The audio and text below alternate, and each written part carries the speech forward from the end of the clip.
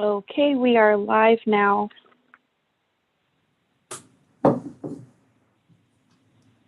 I'll be right back.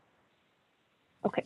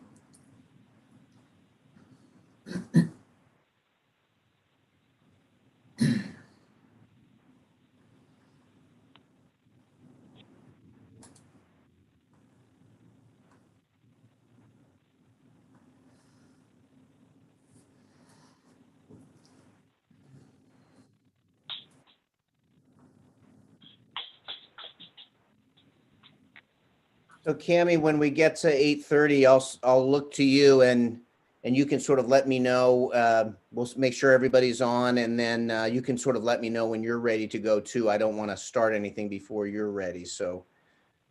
Okay, sounds good. Great.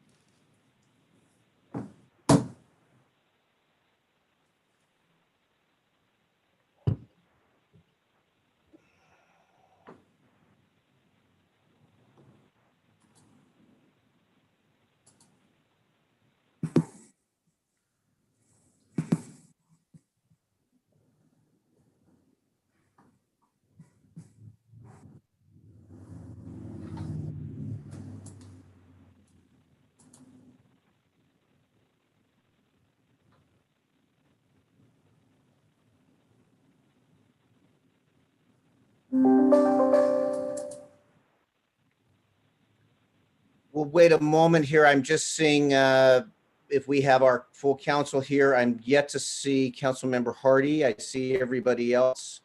We'll just give it a minute or two, and then I'll look to Cammie.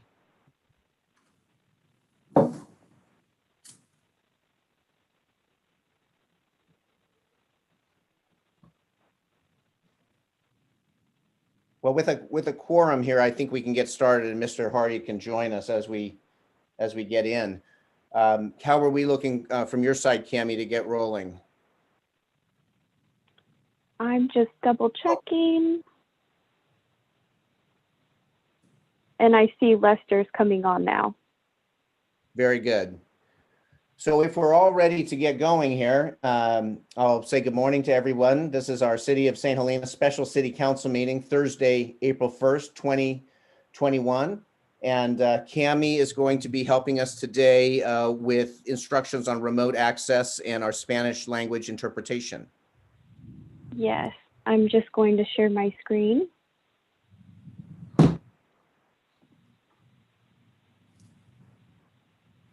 Okay, so today for participating in public comment by phone, you can dial 669-900-3343. 6833, and at the prompt, you'll enter 821-7495-7570, and you'll press pound. And during public comment, press *9 to speak.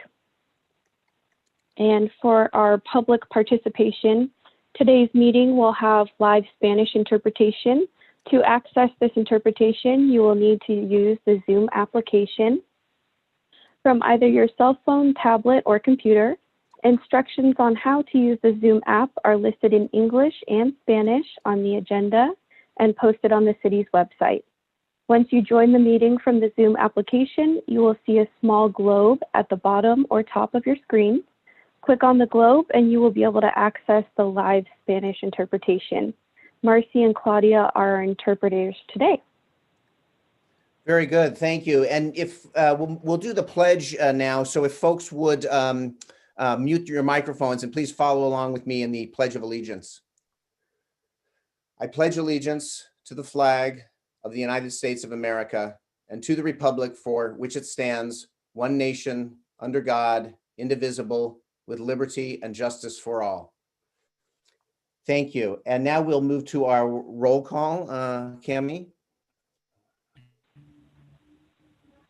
Okay. Councilmember Shuto? Here. Councilmember Hall? Here.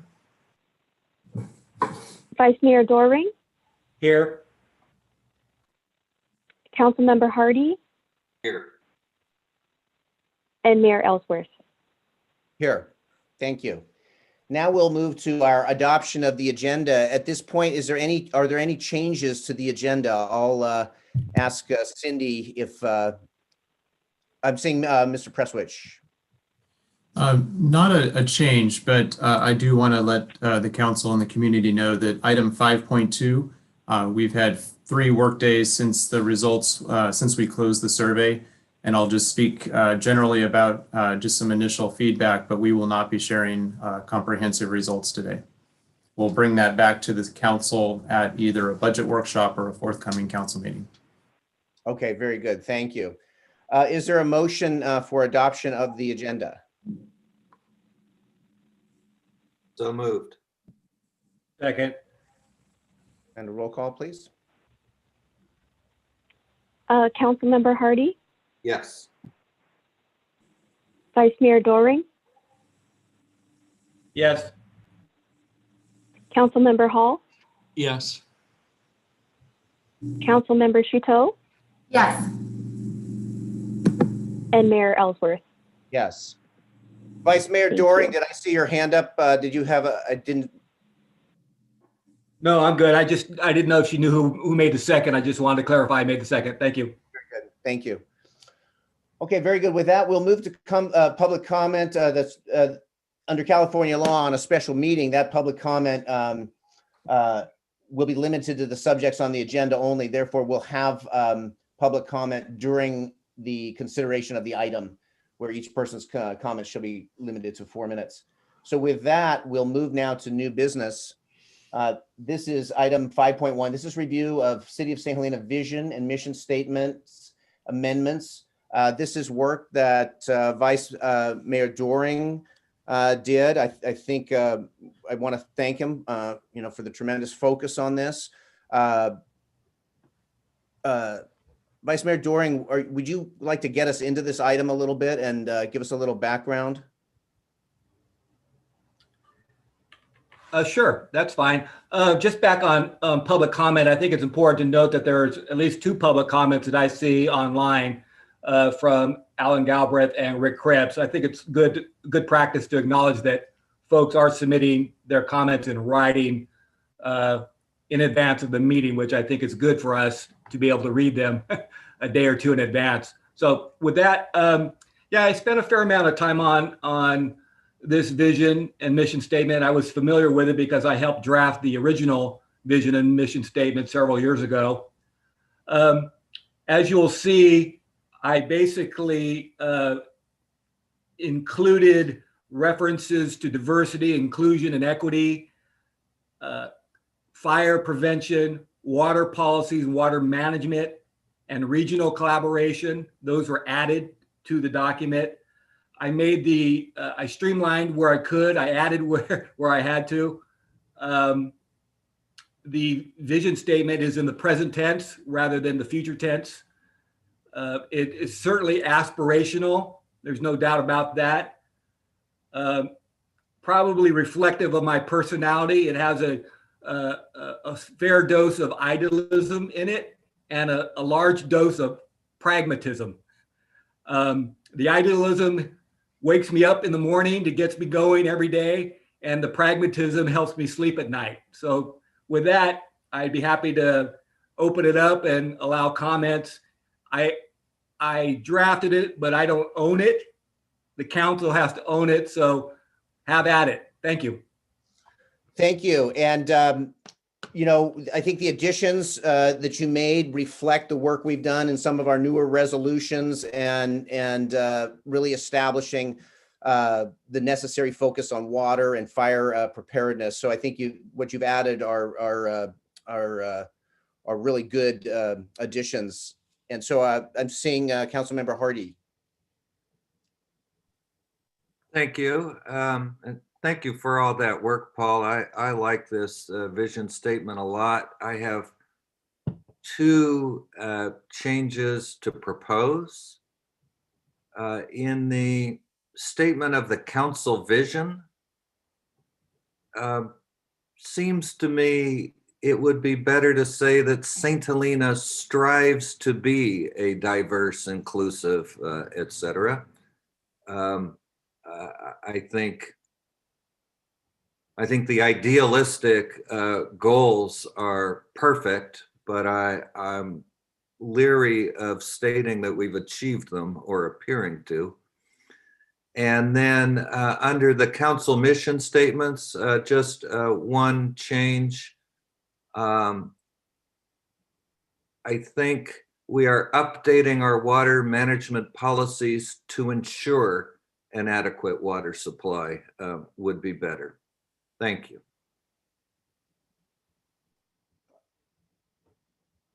I'm just trying to find that in the on the water. It's the 6th bullet point down. And the recommended change, Councilmember Hardy, was?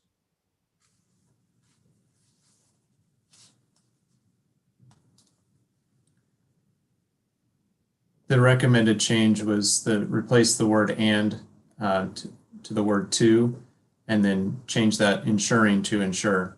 Okay. Thank you. I was muted there.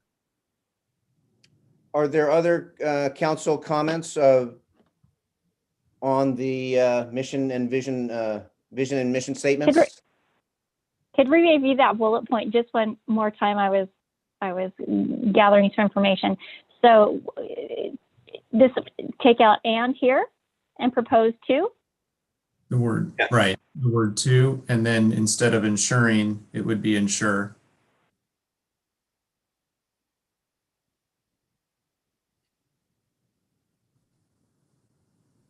How does the council feel on those recommendations? Vice Mayor Doring, what are your thoughts on those recommendations?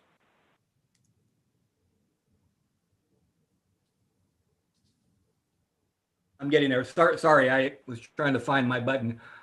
Yeah, I accept the to ensure. That's not an issue. I think maybe a little more discussion on maybe what the notion of a vision statement is. It's not necessarily something that represents the truth of the matter today. And so that's why I put it in the present tense, is a diverse, but I recognize that could be problematic for folks who want to hold us to that. It is not diverse. It is not entirely inclusive. You know, so some of these things are not entirely true. Most of them are. But it is a vision that we have to strive for, of course, but I like to see it in my mind now as what it could be. But I'm okay with those words. I just want us to not wiggle out of our responsibility. So I wanted to make it a little bit more forceful, but I'm open to that suggestion from Councilmember Hardy. That's fine. Could you please repeat your recommendation, Councilmember Hardy?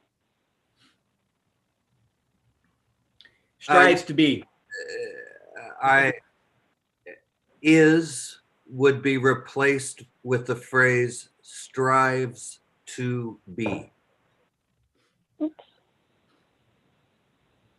That's it. I recognize Vice Mayor Doring's thought about making this in the present tense and bringing it home. I do think that's important, but I do support this moving to strives to be. That gives us working room there, but I just wanted to recognize that part of the work on this council state and vision statement, we're bringing them into the present tense so that we're not just waiting, we're making these things happen. Any other council comment on this issue? I'd just like to thank Paul. I think it looks great, Paul, and I like Lester's changes. I think it's complete the way it is right now. Councilmember Chateau, any comments, any thoughts? Just thank you. It looks great. You're welcome. Thank you.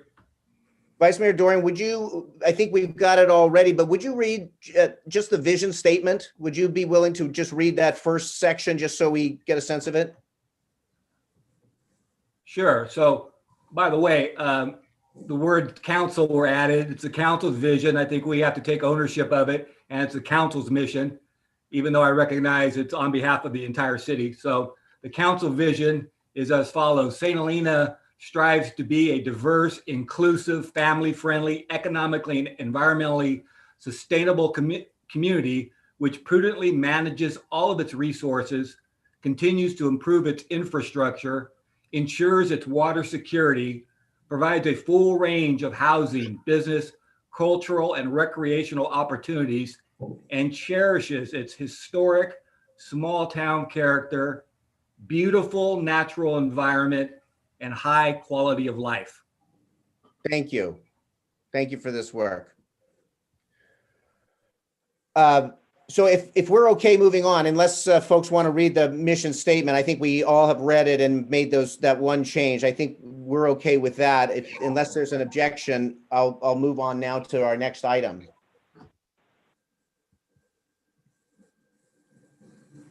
Okay.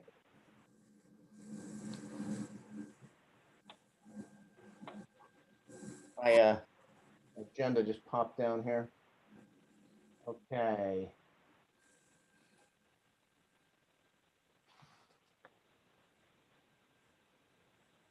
Mayor, I can get us started briefly on this one. Great, I'm here now. I'm on, so 5.2, we're just going to have a bit of an overview, but not deep in. Right. We've had about 3 work days and need more time to complete analysis of the survey. We had about 400 responses. Very good turnout. Very helpful. Some of the data that I looked at when we had about 80 responses, I think those same trends are reflected with the 400. And what we want to do is take a look at the data in several different ways and provide you a comprehensive overview. A lot of good feedback. I will tell you that about a third of the respondents were people that had lived here for more than 11 years. A significant number of the respondents were residents for more than 11 years. By a 2-to-1 margin, women took the survey more than men. So we need to find more men in the future for that survey. But and also not a lot of youth in the survey. We do have some plans to work with the school district soon on some youth surveys. We hope that will help capture some contemporary feedback from our youth. But that's just some information to share today. We look forward to bringing this to you when we've completed the analysis at a future council meeting or the budget workshop in May. Very good, thank you. So with that, then we'll move on to item 5.3. This is the review of the draft city goals in fiscal year 2021-22, council work plan and capital improvement program. And I'll pass it back to City Manager Presswich for this. Thank you, Mayor. I want to provide several introductory comments that set the table for today's discussion and that I hope are helpful. And I want to begin with a recap of our March 4th goal setting workshop number 1. That workshop included a celebration of our prior year organizational accomplishments. We set in motion the review of the city's vision and mission statements, and it's great to see those edits brought forward today and received by the council. We'll put those on a future city council meeting for formal adoption. We discussed the preliminary fiscal year 21-22 general fund budget forecast, which previews some concern over the continuation of a loss of revenue moving into the next year. So while we're grateful for some federal assistance, it doesn't really plug all of the holes that have been created by the financial impacts of the pandemic. And so we know we need to be guarded as we move into the next year. And we're working with departments now and refining the budget forecasts for next year, and we're looking forward to budget workshops in May. We also took our initial, and the real focus was to take a look, an initial look at goals and work plan tasks. So we captured tasks that were already in motion, reached out to council members to identify other potential tasks, worked to incorporate that. We also have taken a look at items that were designated as yellow, items that we would get to if we completed our work plan tasks that were noted in green. We've separated those for today's discussion and are going to be focusing exclusively on the 21-22 work plan. And we looked at those various tasks, and we set in motion a community budget survey. So that went out the door a few days after that meeting, and it closed on the 24th of March. And so we'll look forward to sharing those results with you soon. The focus of today's work plan discussions are, we want to make sure that we talked about this at the last meeting, but we want to develop a work plan that identifies the work that's in motion, but also ensures that we have both the financial resources and the staff capacity to commit to these 12-month objectives that are under the general goals that the council has set. So we're going, as we walk through the worksheets today, a couple of prompts for all of us to think about. These include the questions, are these tasks reflective of the council's high priorities? If they're not, what we will do is either designate them as a yellow category, which means if we finish the green tasks, we will come back to those that are essentially set aside for yellow, or we'll remove them from the work plan today and into the future. Second question, are these tasks written in a way that is understandable, measurable, and can provide accountability? If they're not, we need to rewrite those and edit those. And we intend to bring you back the formal work plan at a formal regular council meeting for adoption. So we'll have an opportunity to capture and further work on any tasks that you feel need to be edited. I mentioned this earlier, but this is an important question. Does the city have the financial resources to achieve the stated tasks? And secondly, does the city have the staff capacity to complete the stated tasks? One of the things that you'll see added to today's list is a column on the right that estimates the number of hours associated with each of the tasks. Now, this is a very wild, not deeply analyzed number, but it's intended to provide you an order of magnitude for our initial thinking about the time requirements associated with various tasks. And we're hopeful that this can help in several ways. Raise awareness of how much time we think is needed for each task, because that may enter into some calculations that we have.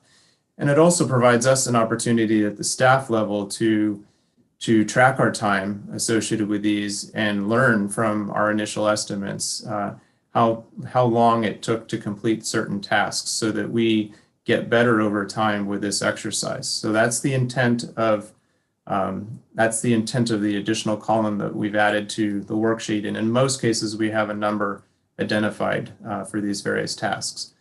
And finally, after we complete the look at the work plan, we're going to share with you a list of capital improvement projects. There were capital improvement projects included in the formal work plan last year. It didn't reflect the entire portfolio of capital improvement projects. And we're going to share with you today a pivot table spreadsheet that has prioritized all of the capital improvement projects. They're organized by type, so think civic versus water versus wastewater, et cetera. And we're going to show you what the Public Works Department has done to organize this work over the last several weeks. So a couple of more important reminders. We remain in a global pandemic. And now, and we're talking about this tomorrow, we have a developing water emergency. And these challenges occupy staff time and impact our staff capacity. Our focus today, obviously, is refining a work plan that aligns our tasks with available financial and staff resources. And in addition to that, several of our staff, a number of them are continuing to provide their time toward emergency operation duties behind the scenes. So these were larger time commitments earlier in the year, earlier in the pandemic, but we continue to adjust and communicate and message and learn as the state continues to change rules and emerge through the tiers and reopen under the new blueprint from the state. The city also has several positions that are frozen right now for budget solutions that helped resolve the $5.8 million general fund budget deficit. That's about 1/3 of our normal general fund resources in just a single year. So these vacancies, and we also have furloughs that were used to help balance the budget. They do affect service levels and our organizational capacity. And despite all of that, we are enthusiastically looking forward to the end of the COVID pandemic. We feel confident that it's near. We're excited about what that means for our economy locally, the hotels, the restaurants, the other businesses. And we're looking forward to the return of those revenues, particularly the sales tax and the hotel tax revenues that will allow us to restore service levels and investments. And I guess in short, we're a very small city, and staff departures, sickness, vacations, and these other time commitments do have impacts on us from time to time. So we're going to begin with having our city clerk share her screen, and we'll walk through the work plan. And then there are about 4 other items that I'll talk about that have come from the Parks and Rec Commission that are not on this particular sheet. So once we walk through all of the worksheet here, we'll come back to the Parks and Rec items. Cindy, if you're able to zoom in and leave, yeah, I think that's probably helpful. What we've done under the color coding that you see on project status, this would be column F and G, I believe, if you transition over to that side of the spreadsheet. The project status, a number of the tasks that we'll talk about today. Mark, may I interrupt for a moment? I'm seeing a hand up from Councilmember Chateau. Okay. Thank you. I'm just looking at the spreadsheet and wondering which column can you tell what the financial impact is? We haven't built the financial impact into this particular spreadsheet yet. It's something that we have added to the CIP spreadsheet, both from a design perspective as well as from the capital project perspective. But it will be helpful for us to further refine this spreadsheet and add financial references as well. Thank you. What we've tried to do is create, this will be a document that comes back to the council quarterly for review. And so we want to have this live live on our website as the year moves forward. The project status columns here are intended to be a quick look at the status of the current tasks and how close to completion we think they are. We've also updated the next column here on target completion. We've worked with our staff to identify a quarter within the next fiscal year where we think that these are target dates for us to complete the task within that quarter. So we've organized the spreadsheet for review today by quarter 1, 2, 3, and 4. So each of the tasks are organized in a way where we think certain things will land, or at least we're hopeful that they'll land within those specific quarters. That's a goal or a target for us. And then, of course, what I've referenced in terms of estimated staffing hours are hours that are a quick estimate of how much time it's going to take to advance various initiatives or how much time is left to complete various initiatives. Are there any questions about those columns to the right?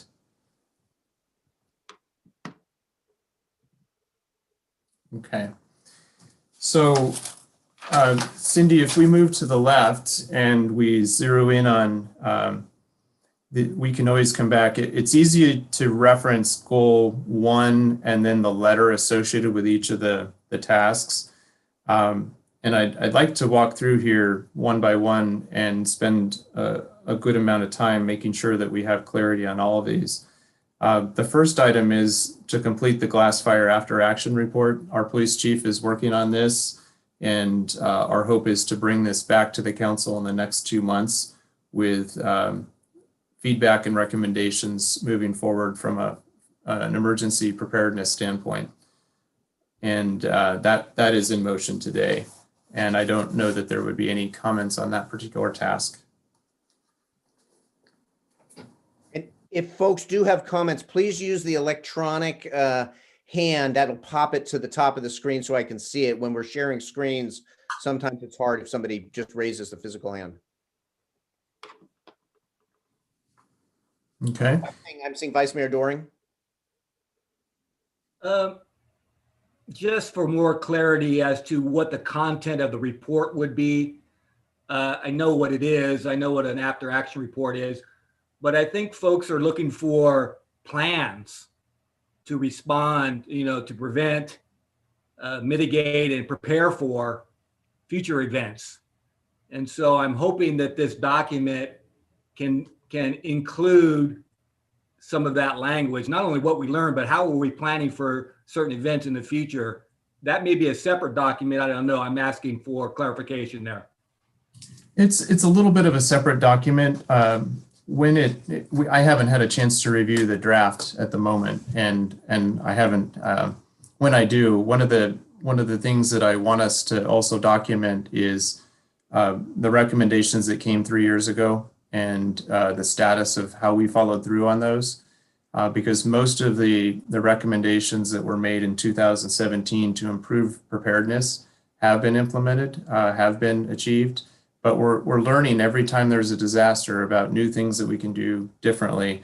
And we've received a lot of terrific feedback after these last 2 fires. And so some of those ideas don't land necessarily in emergency plans.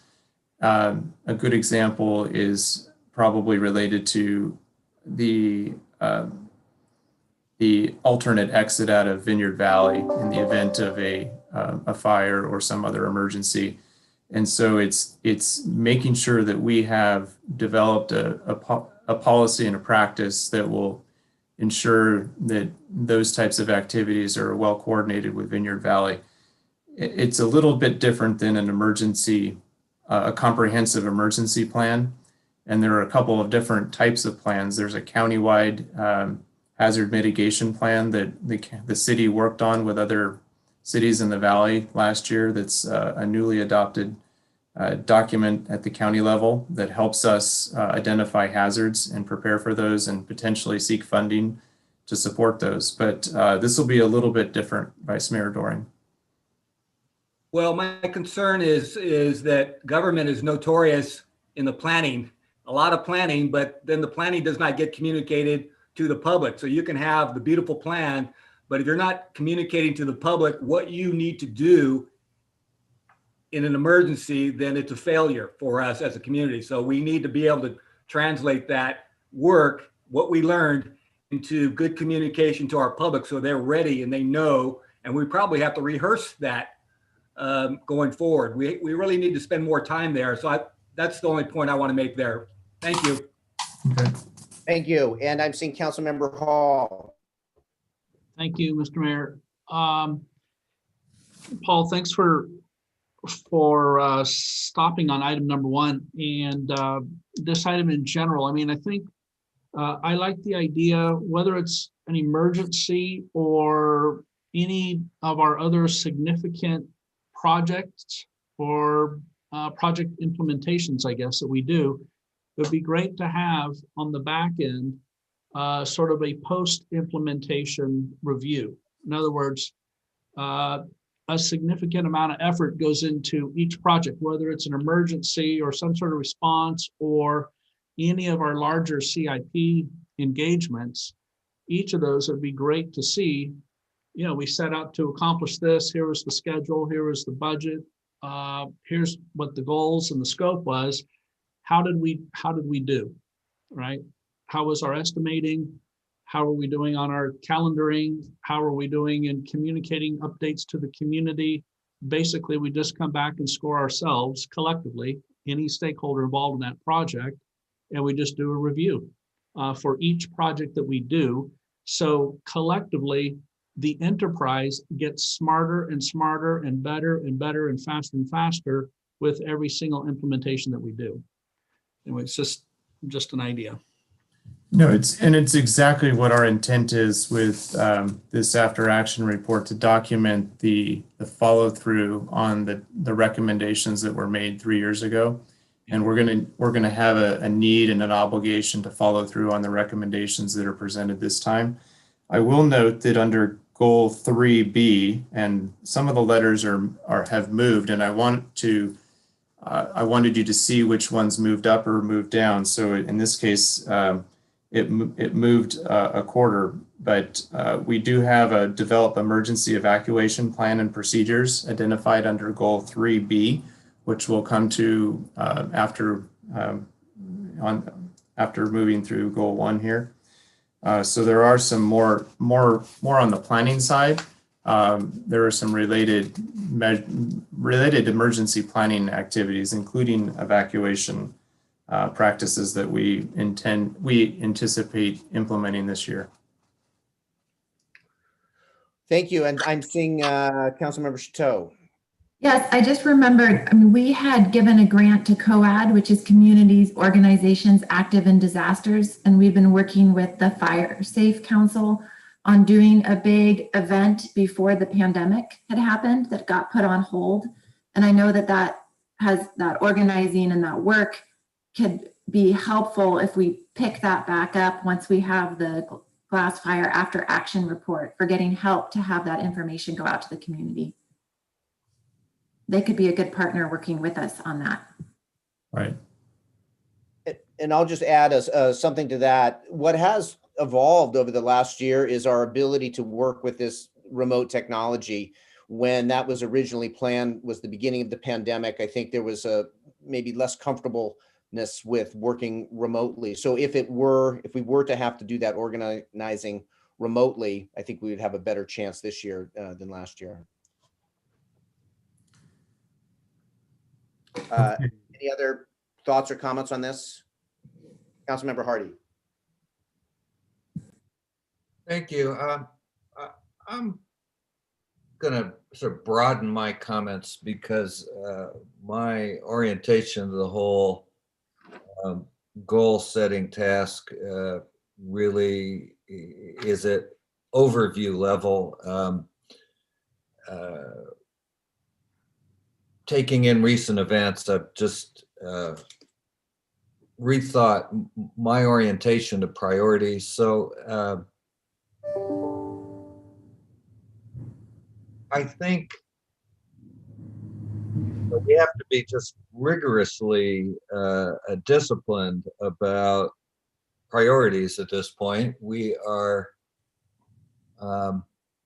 under-resourced and overtaxed. We're in an ongoing series of emergencies that are affecting the community and the municipality in a whole variety of ways. The same stresses on the community are to some extent stresses on our staff as well. But here's where I come out just in terms of the overview. Addressing water supply concerns for me is number one, because everything else falls apart without water. I just can't think of anything more important than that. But I have water supply and money supply right up there. And the more I think about it, the more I see a direct connection between the impacts of these emergencies on our revenues as an emergency itself. If the city doesn't have enough revenue to take care of the things that are critical to revenue, then it's a rapidly compounding scenario. So, and when I talk about money supply or city finances, this automatically in my own mind, including attention to the local economy. Our revenue sources all relate to the local economy, and taking care of our business community is thus critical to generating the revenue that the city needs to take care of everything else. It's hard to go from just this constant set of emergencies, it seems, or ongoing, continuous maybe is the word I'm looking for, but fire protection then comes up right away. We're still dealing with the consequences of the last horrific fire season, and now we're headed to another in a water supply emergency. So doing everything we can to prepare for and mitigate our fire risks is on my short list. After that, in no particular order, I have the zoning ordinance update. It's something we're committed to and have to continue. The housing element update and housing concerns generally. Our infrastructure maintenance, social and racial equity, and communication are really doing everything we can to meet the communication challenges we have in delivering very important messages to the community is right up there. For me, anything in this list of goals and tasks that has the tendency to reduce our ability to address these priorities has got to move lower on the list. And so that's the lens through which I'm looking at it all. I don't think it's particularly helpful for me to take that up task by task. So I just wanted to get my overview out there. Thank you. Thank you. And I'm seeing Councilmember Hall. Thank you, Mr. Mayor. Councilmember Hardy, I completely concur with your comments. We're in a perpetual state of emergency, and our inability to fund or adequately fund how we get ahead of things is an emergency in and of itself. Water is right up at the top of the list. And while we don't have the CIP list in front of us right now, I'm sure it's filled, hopefully it's filled with issues to help address longstanding maintenance problems. Many of which, I mean, there's additional items that we could add to the list today on the waterfront that I think is evolving almost day by day right now. So we definitely my view is very, very similar to yours. We've got to just stay focused entirely as an organization on addressing our water needs, on addressing our revenue needs, which includes looking at zoning and housing elements, and in addressing and preparing for fire management. And how do we do these things?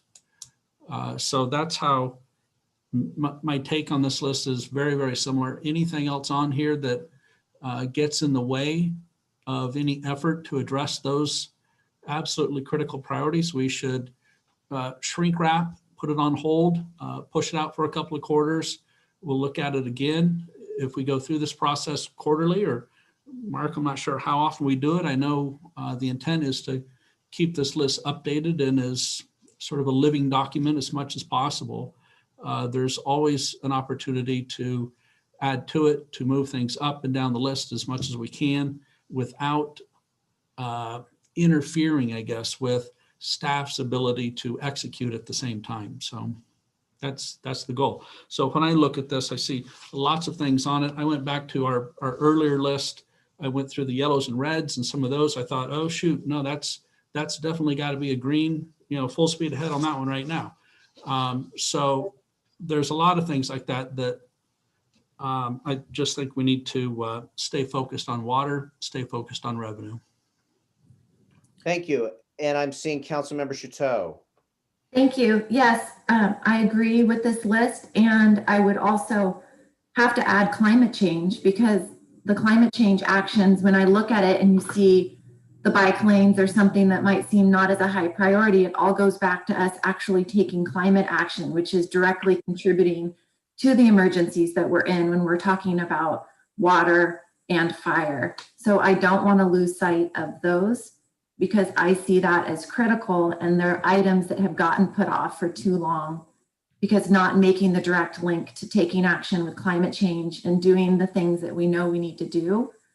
And I'll continue to advocate for those being in there. Thank you. I think that's Mr. Hardy's list in terms of priorities is excellent. And looking at water and fire, those are certainly critical issues. It is a holistic issue. The situation here, and climate is definitely a part of that as we move forward. The bike work as well also adds to a livability factor here. And so if we combine these, and we know that we have large projects that need to keep moving forward. We don't want to interrupt those, as Mr. Hall or Councilmember Hall points out. We want to make sure that focus stays on those critical issues. But there are other issues that can slot in as work is progressing, or perhaps stalls on one front while we're waiting for feedback. We can push forward on other fronts. But I do want to recognize the absolute need to think about water, fire, and certainly revenue as well. We have to fund what we do.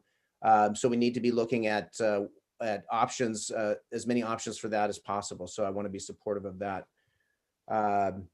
As we look at this, Mr. Prestwich, what are your thoughts? We've sort of given you an overview there. Do you want to work through these a little bit and see where we are? I think what would be helpful, Mayor, is for me to just touch on a couple of these where I'd like to either elaborate or also seek some council support for a couple of, seek a few volunteers to assist with a couple of these initiatives. Goal one is an infrastructure goal. And I think we have a work plan draft now that's better refined than it has been for the past 3 years. The council hasn't added too many items in the last 12 months, which has been helpful. We have added the bike lane analysis of these corridors. That's broken into 2 phases. So we do have that on the list. There's a phase 1 and a phase 2 to that, which is really a citywide safe routes to school plan. But most of the items here are in motion or are items that are in some cases going to require, in a couple of cases, are going to require a lot more work. And I will point out that item F here, 1F, if you scroll down, Cindy, just a little bit, create a comprehensive water security framework to manage initiatives. We had a council meeting dedicated to this topic, and we have a draft that behind the scenes is going to be reviewed professionally and brought to the council for additional action. And this is an extraordinarily comprehensive framework that I've been working with the mayor and the vice mayor on. And it includes everything from CIP work to policy documents, communication, et cetera.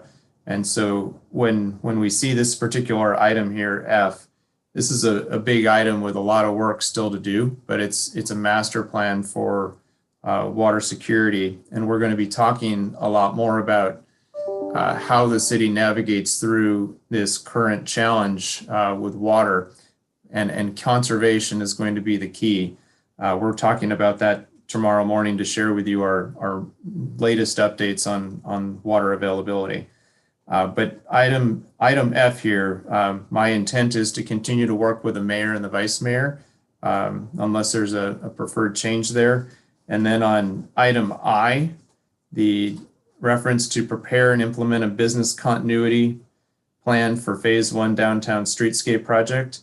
It would be helpful for me to have a council member or two volunteer to assist in putting together some business continuity plans, which in some ways is also, business recovery coming out of the pandemic. So we had always contemplated a business continuity plan, but now we're really marrying this with coming out of the pandemic and business recovery.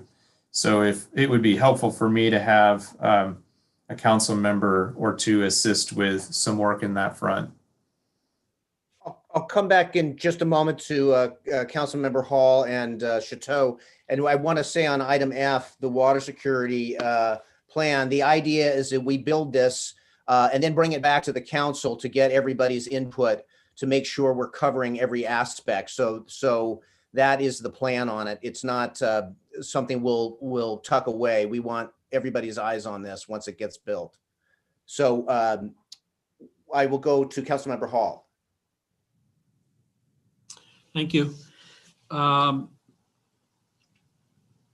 I was just going to say I'm certainly willing and able to jump in on I or F, or one or the other, either way. I guess I'm responding initially to your request for help on I. Okay. And then we will, as we said, as the water security framework gets built, we can bring that back for everybody's input on that. Is there anything else, Councilmember Hall, before I move to Councilmember Chateau? No, sorry, let me lower my hand. Great. Councilmember Chateau, please. Yes, I'm happy to jump in with Councilmember Hall and work on that. Very good. This is on item I, the yes. I for I. Thank you. And I think tomorrow we'll be asking for some help on some of the outreach related to water. So we'll cover that topic tomorrow.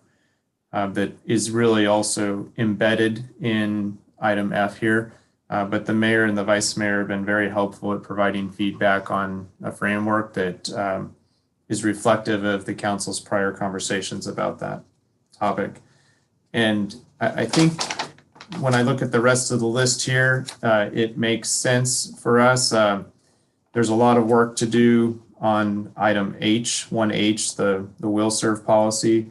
So we'll be working with our engineering staff and our city attorney on bringing a will serve policy back to the city council. And unless there are any other comments on goal 1, we can move to goal 2. I'm seeing no other comments.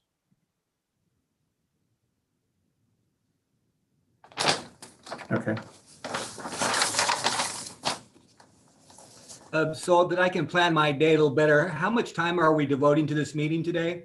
What's our target end point? I'm hoping to be done by about 11. Okay, thank you. I was anticipating up to an hour for the survey discussion, and that will be postponed. I think we can move fairly quick through most of the rest of this, and I want to reserve time for the CIP discussion too, because it's a really nice document to look at. And I public comment in a bit, just so anybody who's waiting will open that. And if you'd like to take it by each goal, we can do that too. If you want to ask questions about the infrastructure goal 1. Yeah, let's do that. I'll see if there's any public comment on that one, and then we'll be ready to move on. Cami, are we seeing any hands up from the public on goal 1? We've got you muted, Cami. I'm looking to see if anyone raised their hand, and I do not see any public comment at this time. Okay, very good. Then we'll move on to goal 2, please.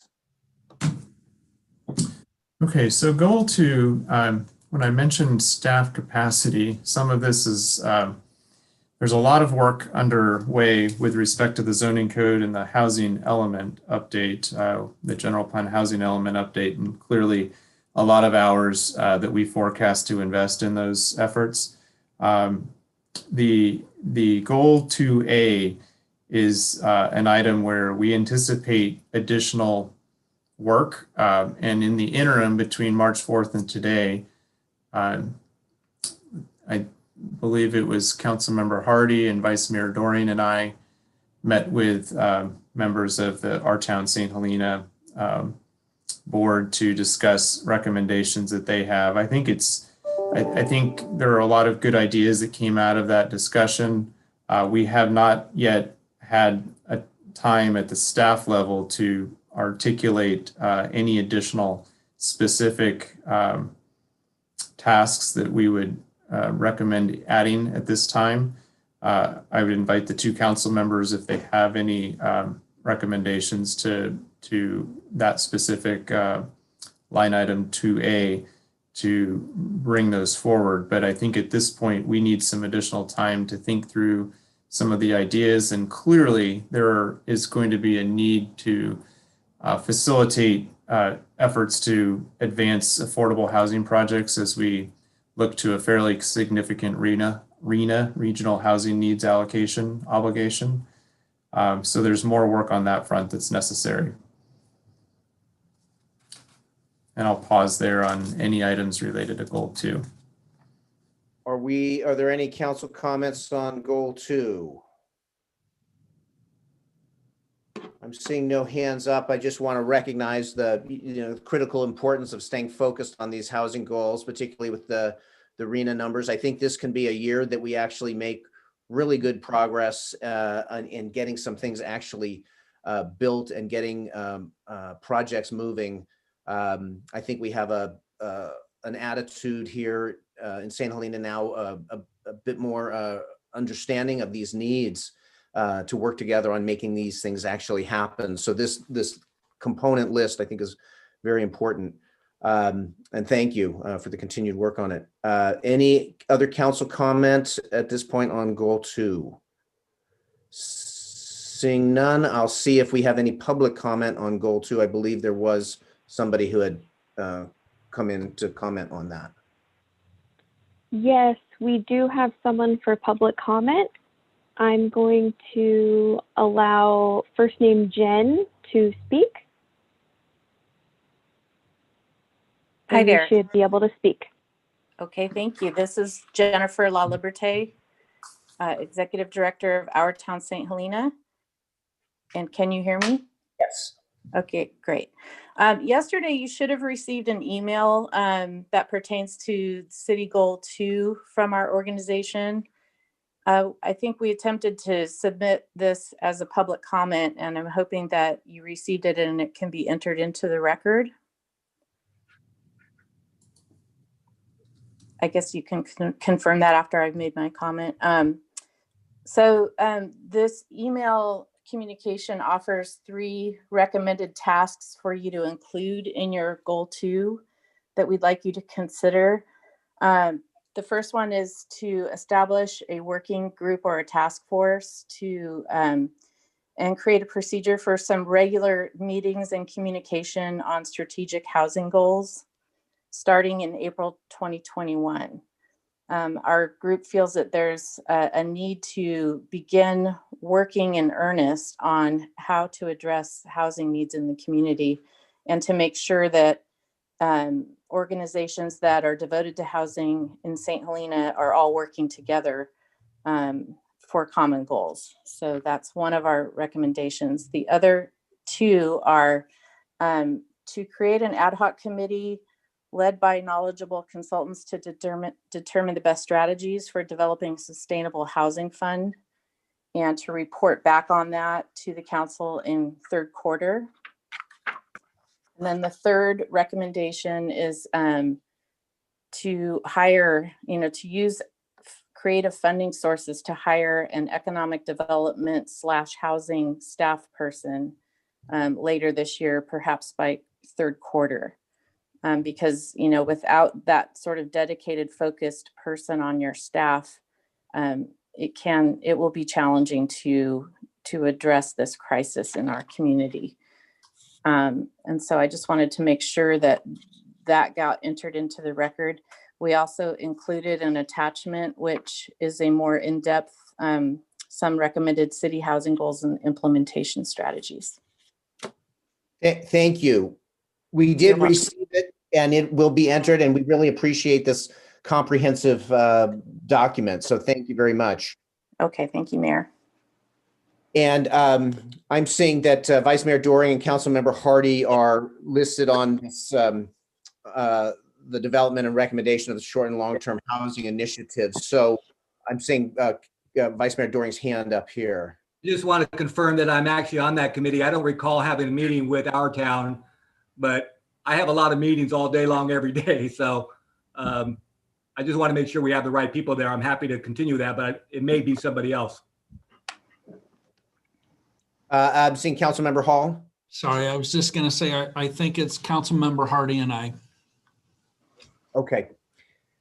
And so with that, this document in terms of synthesizing what these recommendations are into our other initiatives, that's the work that that both Councilmember Hall and Hardy, you're engaging on that. Is that correct?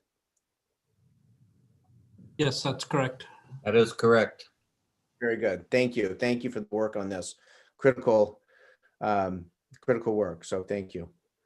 So it would be helpful if there are of the recommended additions to the work plan that were presented today, if there are any of those items that you would like to add to the work plan, we would add those to the work plan today and capture that for when we bring this back to the council for adoption.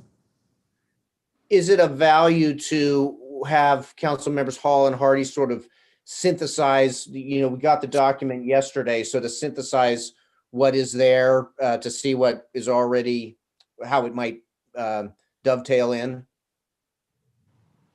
That would be my preference. Okay. I would concur.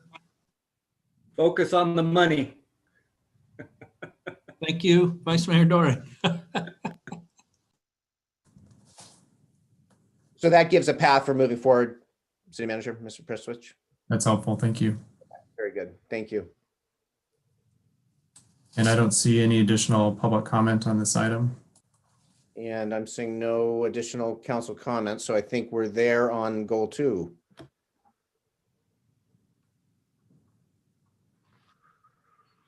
Okay, goal 3.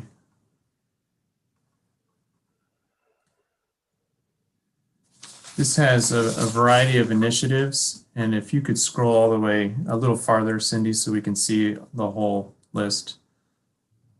I guess it's kind of hard to squeeze them all on there with a larger header.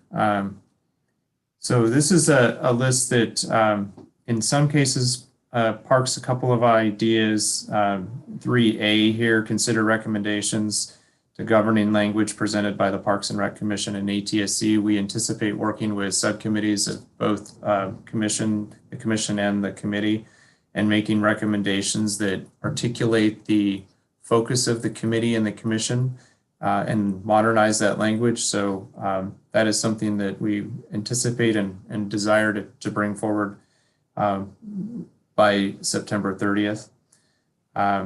We continue the work on the social justice, diversity, and inclusion initiatives.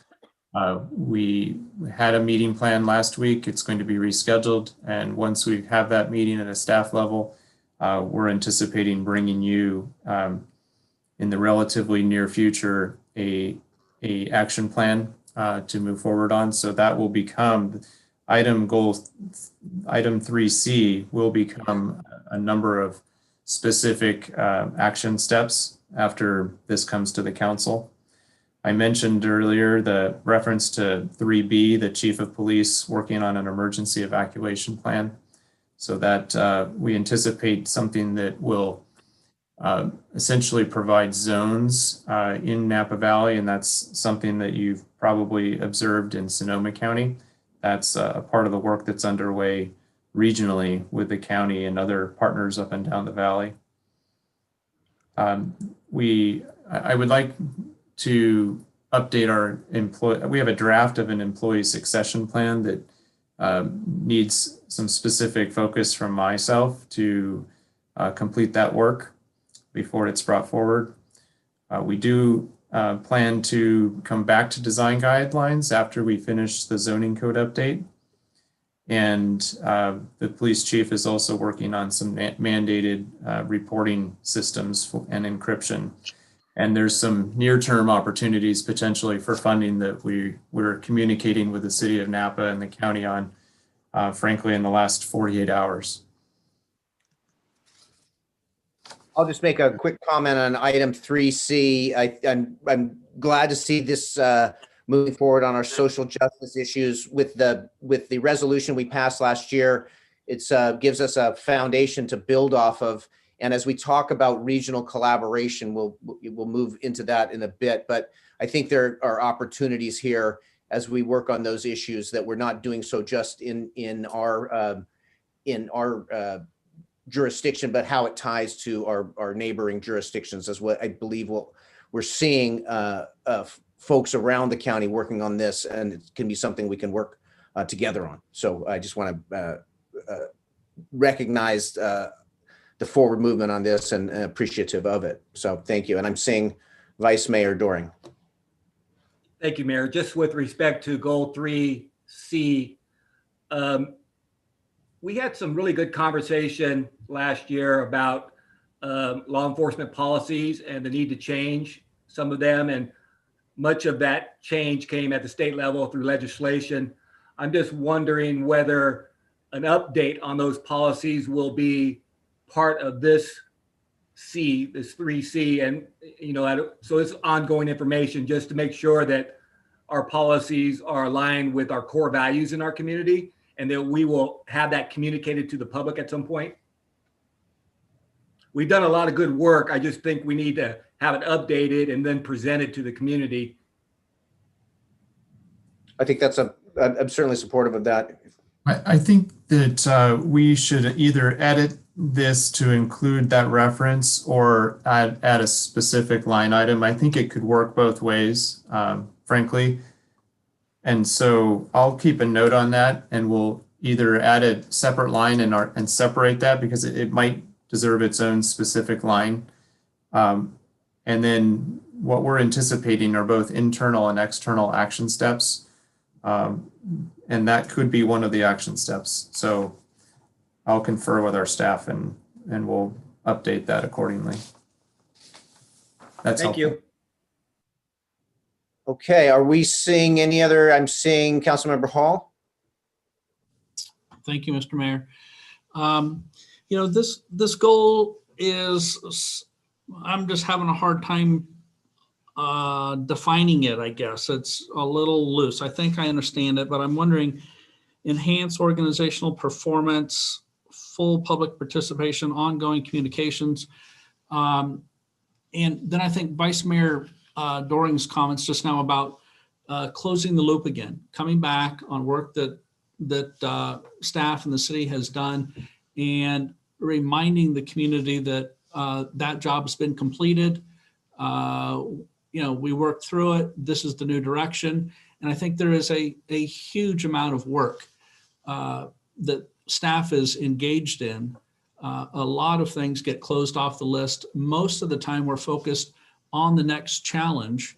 And if there's a way in terms of full public participation in organizational performance goals, we can somehow come up with a better way of sort of taking a time out on key initiatives, or doing a better job just reminding the community, these are the things that we've completed. These are checked off our list. These were key priorities for us. And we're hard at work. Everybody in this city is cranking away. So how do we remind the community about all the work that is being accomplished? Anyway, I don't know how to phrase that or how to really express it, but if there's some way we can work through getting better at maybe using our city website to remind folks, here's what we're doing or what we've done. Thank you. And I'm seeing Councilmember Chateau. Oh, I just saw one way you could address that in goal 3 is you could say enhance organizational performance and communication.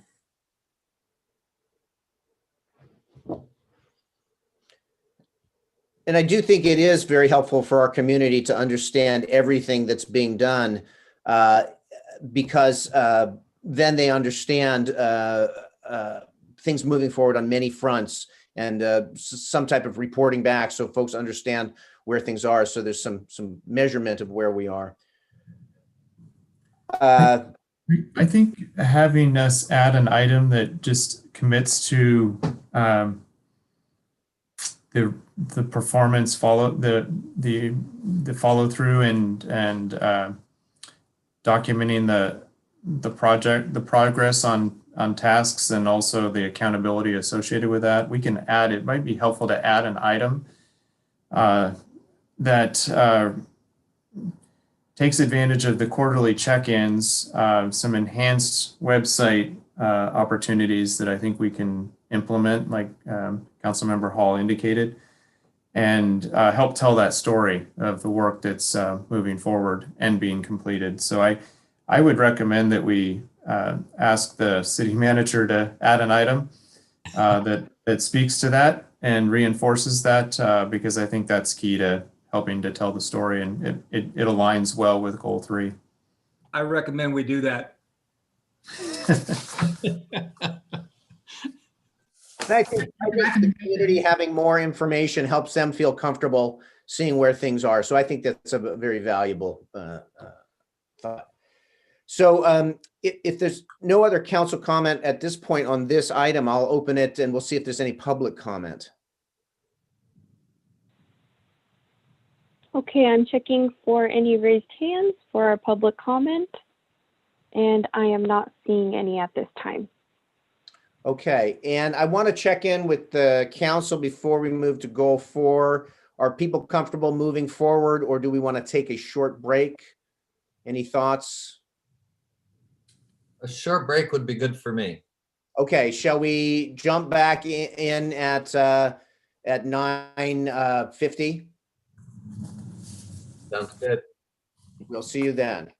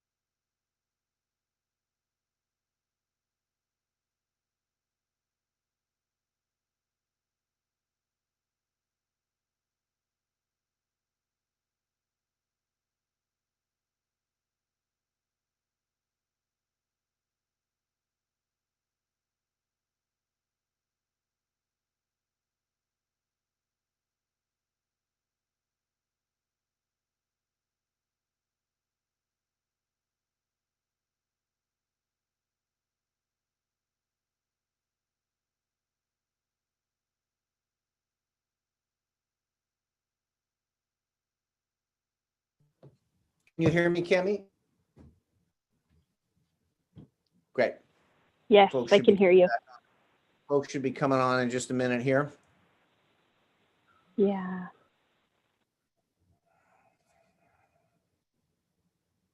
Okay.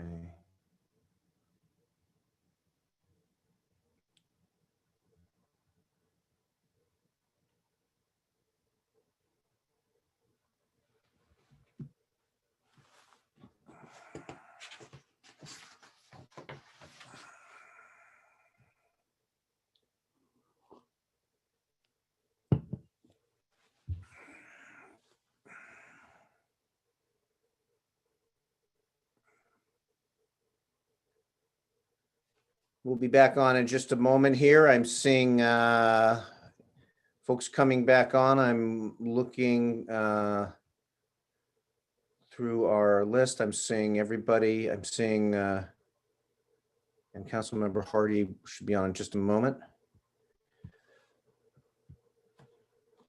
So I'm seeing our full council return with our city manager and city clerk. So we'll get the meeting going again. This is our special meeting here on April 1st, and we're going through our goal setting. We're going to be moving on to goal 4 now. And as we go forward, if there's public comment on each goal, we'll open it up on each goal. So I'll start with that. We'll go now to goal 4, Mr. City Manager. Thank you, Mayor. So I think if I could just comment on a couple of these, there is some alignment with a few other goals that we've talked about earlier, but just a few comments on some of these items. Item B, prepare financing and revenue options for City Council review and consideration to address city infrastructure deficiencies. This is something that I anticipate that we want to bring forward relatively soon in the form of a staff report to the City Council that would outline broader options related to revenue options associated with our infrastructure challenges. We have a lot of very good data with respect to the condition of our buildings, the condition of our utilities, water, wastewater, and storm drain. We've done a lot of work on costing out replacement buildings for the city.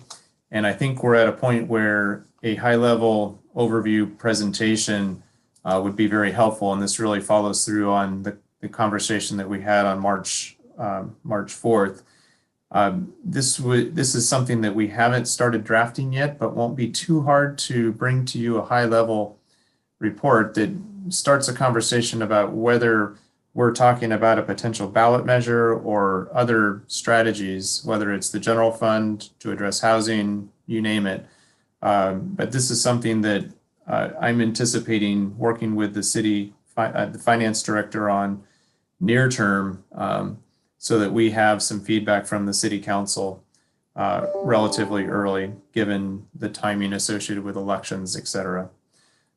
Happy to flesh that out more if anyone has a comment on that. Also on item E, the develop business recovery initiatives to enhance post-COVID-19 economic vitality. This is very similar to the business continuity work contemplated in an earlier goal. And if council members Hall and Chateau are comfortable working on these, I think these are very much in alignment with what we talked about on the earlier goal, and it would be helpful to coordinate those along with the next item. It's listed as C, the marketing collateral. So we have changed a number of rules a couple of years ago that make working with citing tenants and facilitating project review. And instead of moving a lot of, we've been able to reduce the number of projects that have to go or prospective businesses that have to go through the Planning Commission because we've identified by right opportunities. We've implemented a temporary use permit process. What we haven't taken the next step to do is marketing those initiatives and sharing that story. And this is something that can also, I think, fold into the business recovery conversation. So perhaps those same council members could work with staff on E and C. And then finally on item D, the reference to the Parks and Recreation chapter action items. The Parks and Rec Commission did have a conversation about various initiatives, and this is where I'll just add a couple of references to what we're focused on today. They've identified a few new projects for park that would be paid for with park impact fees, and this would be to add a new entrance to Baldwin Park, to address drainage and install new turf and upgrade the irrigation at Jacob Miley Park, and to replace playground equipment and a fence at Crane Park. So those are priorities that the Park and Recreation Commission are recommending as near-term opportunities that we can fold into this work plan or the CIP list. And I'll stop there and answer any questions you have and receive feedback. I've got a question on B in terms of looking at potential for ballot measure or bonding. Is in putting that together, could a few options be presented to look at how something like that might move forward? Yes, and we need to understand the calendar associated with, some form of if there was a revenue measure, we need to work backwards from the date of the election and talk to you about how that actually takes place, what steps would need to take place in advance. And it would be important to have a high level conversation about, what direction the council would be interested in. There are a number of different options. And I think there's probably just a couple that would make some sense if there was a willingness to advance that conversation. Okay, thank you. And then if the conversations with council members Chateau and Hall regarding their willingness to participate in these aspects that tie in with the downtown issues, is there a comfort level there with our council members? Yes, absolutely. Okay, very good. Any other comments here on council on goal 4? I'm seeing Vice Mayor Doran. Yes, by not including any references to Adams Street development, are we taking that off the table?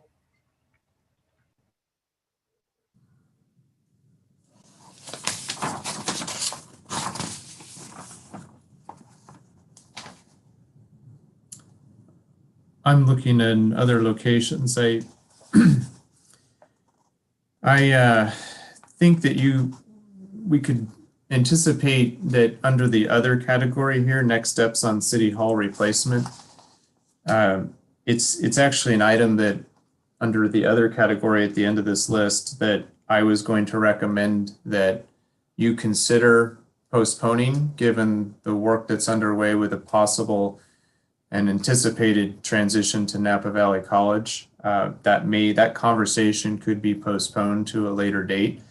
And at the same time, if there's an interest in talking about that parcel, and I know there are interested parties in talking about that parcel, we can add that to the work plan for some form of a workshop as a starting point. What is the question there? Well, the question is there any reference to a conversation on Adams Street? And there's not in this work plan. I know recently a housing proposition had been put forward. It may tie into that overall goal of looking at all city properties, how they tie into our housing, et cetera. Another option is to refer this to the working group, the council working group that would discuss and flush out the housing items. If you see it as a housing related conversation, when the council last really talked about this, it was looked at as a potential revenue opportunity for the city, but not really flushed out too much at that point. I guess I'm not sure why we would put together a work group. I don't understand what we are looking at there with regard to Adam Street. I mean, if there's a proposal for some sort of development that comes to the city, then I think there's a process set up for reviewing and approving those. Are we, that's my understanding. Is there something different? If the city received a proposal, I would share that with the mayor and the council, and we would, and typically working on the agenda and how we structure our agendas, I'd work with the mayor and the vice mayor to frame a conversation and discuss the proposal that is received. We've done that on a couple of occasions over the last couple of years. If someone has brought forward a proposal that needs comprehensive feedback, we talk about how that issue would move forward. So one option is Adam Street stays off of the work plan. And if there's a proposal that is received by the city, we can work through that. Alternatively, I reference the working group only in the context of we have two council members, Councilmember Hall and Hardy, that would work with staff to and our town, St. Helena, and potentially other stakeholders to articulate additional recommendations to be considered under the housing goal. So if this is a housing conversation, perhaps those two same council members can articulate any Adam Street reference moving forward. But maybe perhaps Vice Mayor Dorian, I don't know if you're thinking about it from a revenue perspective or a housing perspective or both. Well, you know me, I try to avoid binary thinking where I can. I think this is one of those cases where I think it has to do with revenue, production, and housing potentially. There may be the ability, if you were to attract through an RFP process, some kind of a very high-end small hotel, that hotel could help us with housing, maybe on or on site. So, I mean, if this council wants to just take that off the table, then we should probably make that clear. I am not willing to take that off the table because I think revenue to be generated from that property can do a lot of things to meet all of these other goals.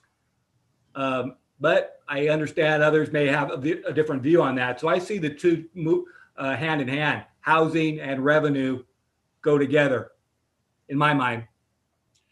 Yeah. So, Vice Mayor Dorian, I completely concur. I don't know. I guess what I'm trying to do is see if there's something we need to do as a council to invite developments, or does the world already know that we're open for business? We want to look at generating revenue, whether it's like you said, some sort of mixed use project there, or housing only, or hotel only. But I completely agree with your thoughts that it's a good way to generate revenue, and we need revenue. So if there's, and maybe it's me and being new to the process here on the council, do we need to officially say we're gathering RFPs, or is that something we can just make clear to the community that, hey, we have assets that we're interested in repurposing, and if there's interested parties out there, please put together your funding and your proposals and get it before us. I'm seeing Councilmember Chateau. Thank you. The piece that I'm not sure how to move forward with this on is how we just heard our city manager say with the staffing concerns, and how I think that this will take more work than that, because we just saw with the ballot initiative how contentious this issue is, and how it was really just, the votes were just a couple votes. It was really split down the middle in terms of what our community wants to do with this property. And it's been so many decades of division and people getting upset. I think that as a city, there's a lot more work that we have to do to get some movement and some people coming together with this. And My concern with the RFP process is if it's a repeat of the past where we invite developers to do something and they spend a lot of resources and money and work doing that, and then there's a huge outcry against it. So I have always wanted us to be able to come back with a plan on how can we help our community move through this process and have more people come together.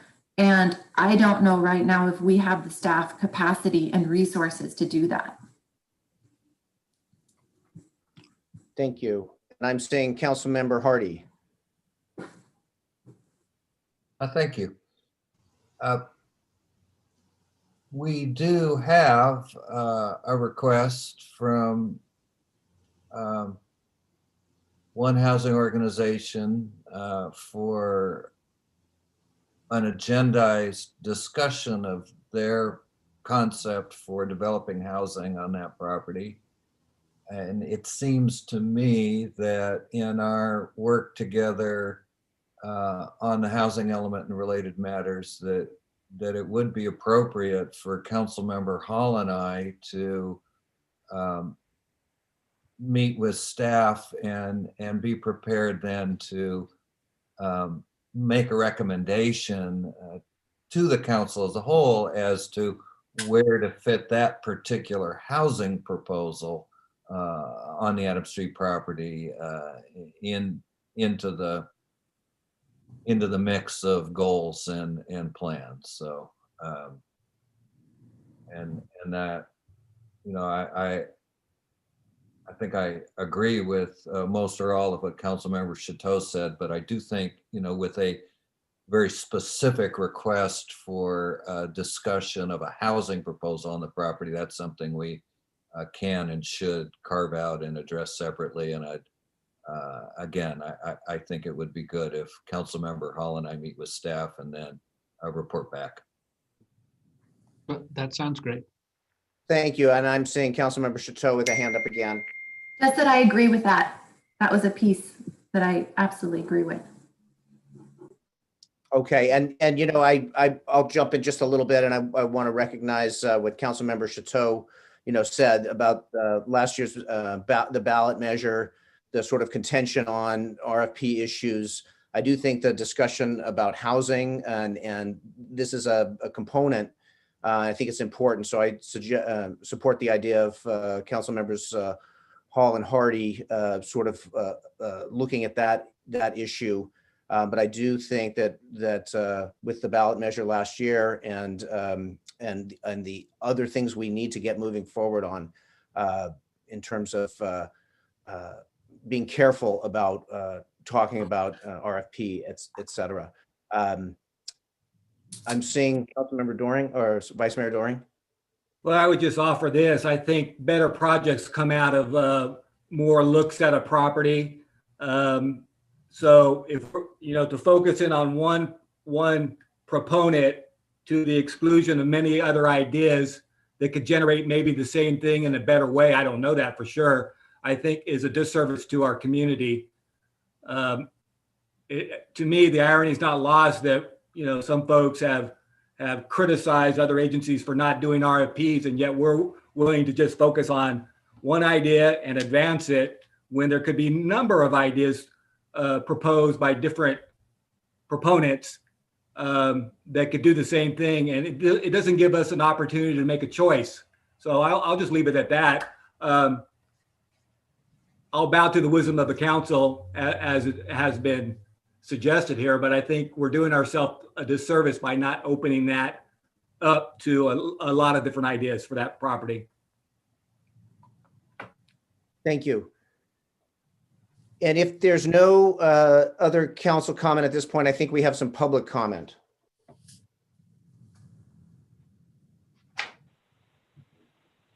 I am checking for public comment right now, and it looks like we have first name Nancy is raising her hand, and I'm going to unmute her. Good morning. Good morning, City Council and all.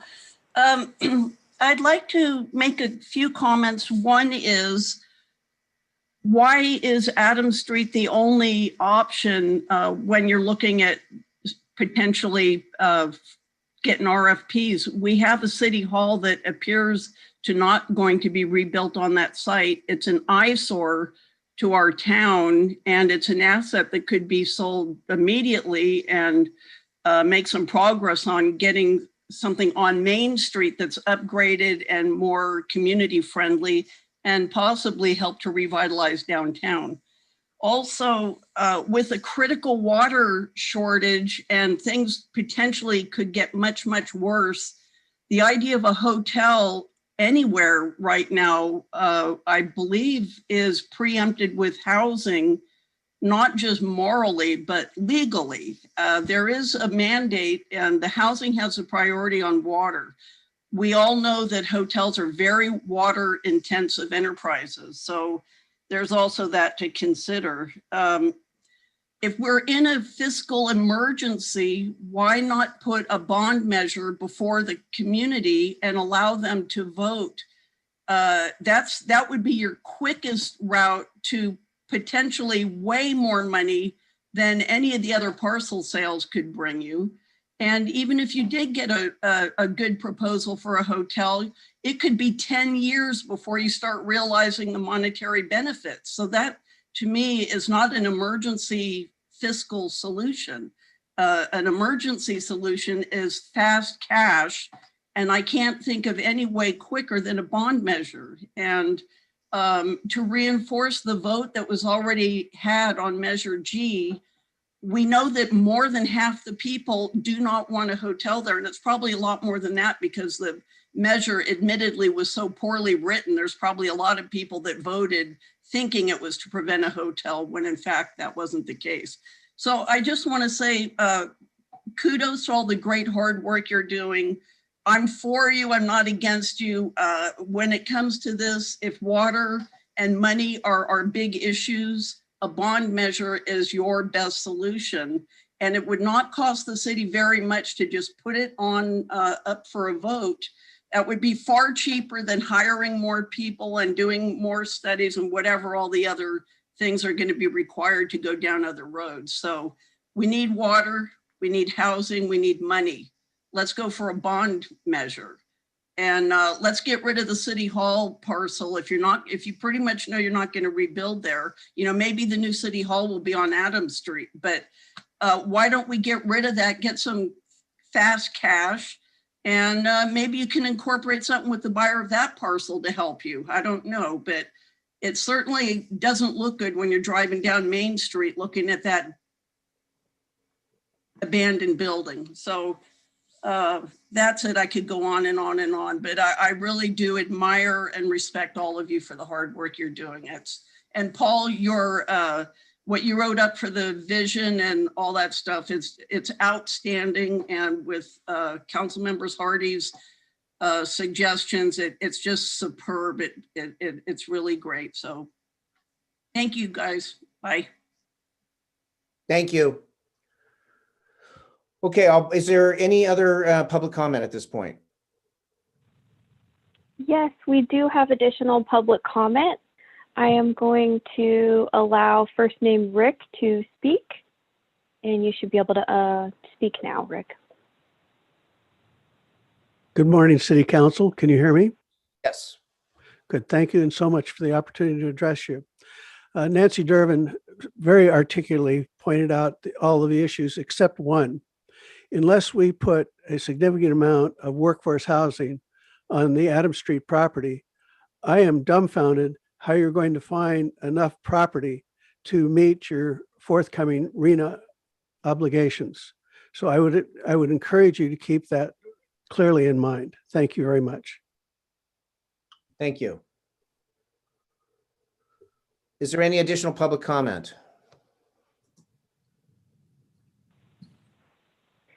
I think that there is no additional public comment, Mr. Mayor.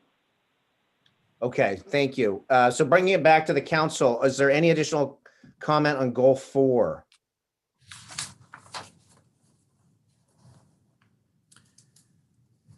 Mr. Presswich, do you have direction? I do. I just want to clarify a couple of items. One, we'll work with Councilmember Hall and Councilmember Hardy with respect to Adams Street. And I think, we haven't taken a formal poll, but it seems reasonable for that working group to consider revenue as well as housing, and perhaps articulate various options that the council could consider, possibly in some form of a workshop at a later date. Hard to probably have that conversation at a regular council meeting that comes from those conversations about Adams Street. And then secondly, I just want to comment on with respect to goal 4B and options related to funding and revenue and infrastructure, water and wastewater rates, we haven't specifically talked about is in the context of the work plan, but under the water security framework that will be coming to the city council, we anticipate that will be an item on that list in that larger portfolio to organize all of the water initiatives. We now are concluding our work on a utilities underground master plan that will have data that helps, essentially the source data for helping to have a conversation in the future about water rates. So it's something that we're tracking, and it will be included in that larger framework that emerges a little bit later. But there may be some synergies. That topic may have some synergies with 4B here. So I just wanted to mention that.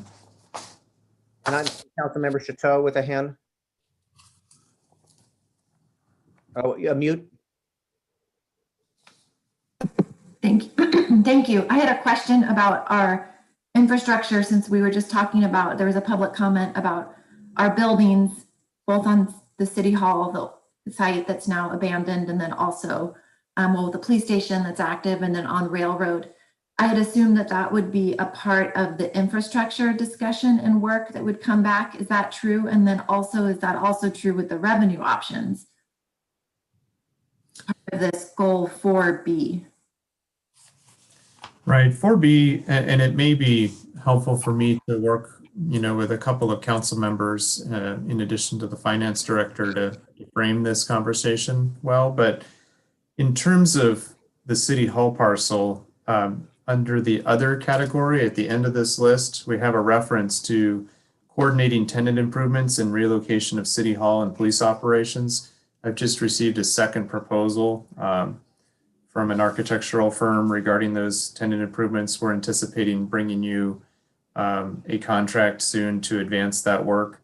And the timing associated with the transition from the city hall parcel is still a minimum of probably 7 months out. So it's a little farther down the road. It doesn't mean that we can't start thinking about alternatives for that site, but there's a lot of work to do in the interim. And a lot of that work, the transition from 2 city buildings to the college, will require a lot of coordination and planning. So there's a lot of work in and of itself just with respect to that task that will keep us very busy over the next half year. Councilmember Chateau, does that answer your?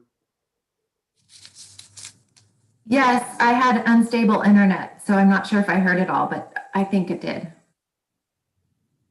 Okay, and you could circle in with Mr. Prestwich if. Okay, so with that, we're goal 4. We took public comment. And if I'm not seeing any other council comment, we can move now to goal 5. So goal 5 is something that the council endorsed at our prior meeting in its entirety. I'm sorry to interrupt, Mr. Prestwich. Something you said from goal 4 about perhaps working with council members on the ballot measure bonding issue. I'd certainly be interested in participating in that. I don't know if there's another council member that also would like to, but that's something I would like to sort of be in the loop on. And then perhaps somebody else will step forward at some point, but I just wanted to make sure I put that out there. And then, so now we can move to goal 5.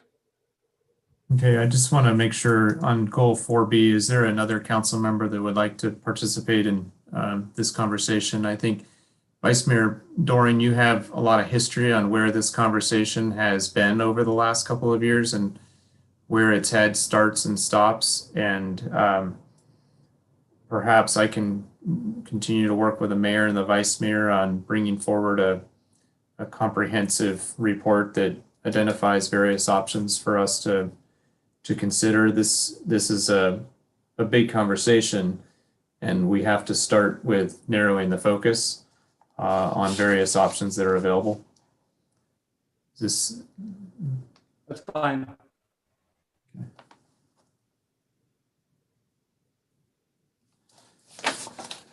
On going back to goal 5, after thinking through capacity issues and also recognizing the COVID environment, the staff is recommending that we postpone the last item on the list here, the reference to working with the school and the Cameo Theater.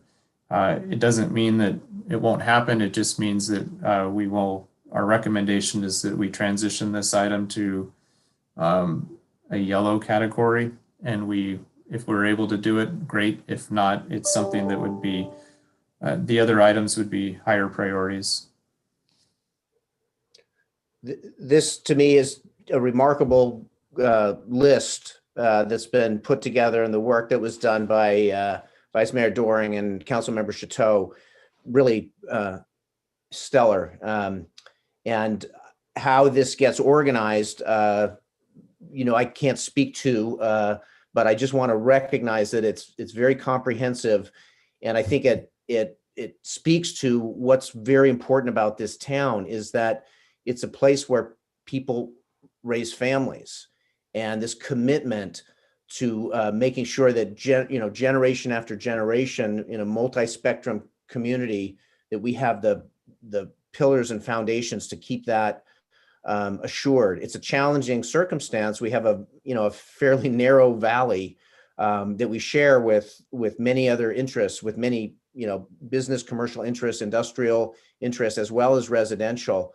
And so this goal, I think, is just so important that we build something that is meant to last for generational of raising of families. So I just want to recognize that on this. Would the council be comfortable with postponing that last task to a yellow at this time? Yes, it looks like it is a sizable workload. And if you're looking at what you can and can't do, there's a lot of great items on this list. I'd be fine postponing that for a quarter or two, pushing it off into the next fiscal year, or switching it to yellow, whatever the method is to handle that. And I'm seeing Councilmember Chateau's hand up. I'm in support of that, moving E to yellow. I as well. Any other input from the council at this point on goal 5? And seeing none, we'll open up to public comment. Okay, I am checking in our public comment, and I do not see any raised hands at this time. Okay, we'll close that. We'll bring it back to council. Are there any final thoughts on goal 5 before we move to goal 6? I just wanted to point out that Councilmember Chateau has been really great at advancing a grant application with our finance department and coordinating with Aldea to bring mental health services to our community. I know that's not on here, does not need to be on here, but I think it is something that we're doing. Hopefully we'll receive an award, but it is something that we're doing to advance the well-being of our youth. And so we just keep our fingers crossed, and thank you to Councilmember Chateau for advancing that idea. Way to go, Councilmember Chateau. Yeah, that's really terrific. And I don't know if it is worth, somehow having that aspect memorialized within this. It's certainly key. What are the thoughts of having at least some reference to the mental health aspects? Is there support to have that tied in just a little bit here?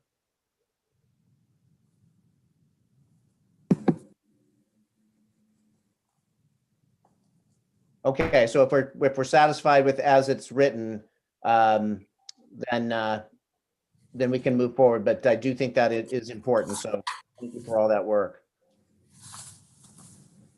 I didn't raise my hand, but thank you for that. And it would be great to add it as an item if we could. Okay, if there's support for that, because I think certainly we've recognized over the last year when we get into high stress situations that becomes a critical component of our stability. So I would support having that recognized within the list. And it was our staff member, Mandy, who's really gone over and beyond with all of the grant work and really embraced this idea and has worked so hard on it. Great. Thank you, Mandy. Thank you, Anna. Okay, so we'll add that. We'll postpone E to future consideration and work, and add the grant reference. And then transitioning to goal 6, I'd like to combine this with other because there's just 2 items here. And for purposes of the public comment and feedback, goal 6 is our climate change goal. And these are fairly specific. The reference to the VMT thresholds, we probably, when we talk about writing crisp, accountable, and measurable goals, this one probably needs a little bit of a wordsmithing, and we can bring that to you when we bring the final document to you for approval. But other than that, let me just pause on goal 6, and then in reference to the other, to below, I mentioned that there's work anticipated and a lot of work associated with planning tenant improvements, relatively minor tenant improvements, frankly, but a transition to Napa Valley College. So this can probably find itself under any of the other city goals, but I didn't want to lose track of the work that's associated with it, because when we complete that process, it does then lead to future conversations about the 2 parcels that we've moved from, the railroad parcel where interim city hall is today, and the city hall parcel adjacent to the park, Lyman Park. So we do anticipate action on, won't be complete, but action under the other category on Napa Valley College by the end of the first quarter. In terms of next step discussion on City Hall replacement, my recommendation is that that conversation specific to City Hall replacement can be postponed to, I didn't want us to lose track of it because it's been a prior conversation, but because we're anticipating a multi-year lease of the college, it seems reasonable to postpone at least the replacement conversation through the next 12 months, given the other challenges of the work plan, and also recognizing that there will be some council member discussions about housing that's associated with the Adam Street parcel. And that has been a parcel also, either the library parcel or adjacent portion of the Adam Street parcel has been part of the conversation related to City Hall replacement. So let me pause there and see if you have any questions on these 2 items. I'm seeing Councilmember Hardy. Well, yes, on item B in the other list, I support postponement, although I think it makes more sense to put it out about a year, unless, I mean, obviously, the weather next rainy season is an unknown, but if things are not dramatically improving rainfall wise as we get into the last quarter of the year, then that in and of itself will be another demand on time and resources and really everyone's attention. So that's why I think 12-month postponement makes more sense. Thank you. Thank you. Any other comments from council on goal 6 and other? I had just two comments on goal 6. I don't know how, we did our resolution last year recognizing the year 2030, where is our target for drawdown. I don't know if that can somehow be memorialized in either the title or some sort of opening statement to this goal, so that we keep it focused. And then another aspect that probably falls under A is this idea that as we talk about electrifying, moving to electric vehicles, that we're talking about it not just for our sort of urbanized areas, but also looking at our ag industry within the city limits, so that all sectors are working towards moving in this direction of less using less fossil fuel, et cetera, and creating less GHGs. So those are just two aspects I want to make sure that somehow we consider. Do we have a stated goal to reduce greenhouse emissions here, not only in the city, but in Upper Valley? I think the County of Napa has sort of broad goals or objectives. I'm just wondering if there's something more specific that I haven't seen. Mr. Mayor, you just referenced a drawdown by 2030. What that suggests there's a baseline that we've articulated somewhere, and we have a specific goal. How much is that? And I'll let Anna speak to that, as she really helped put that together. But we passed a resolution last year recognizing the year 2030 as a target for this type of drawdown. I'm seeing Ms. Chateau's, Councilwoman Chateau's hand up.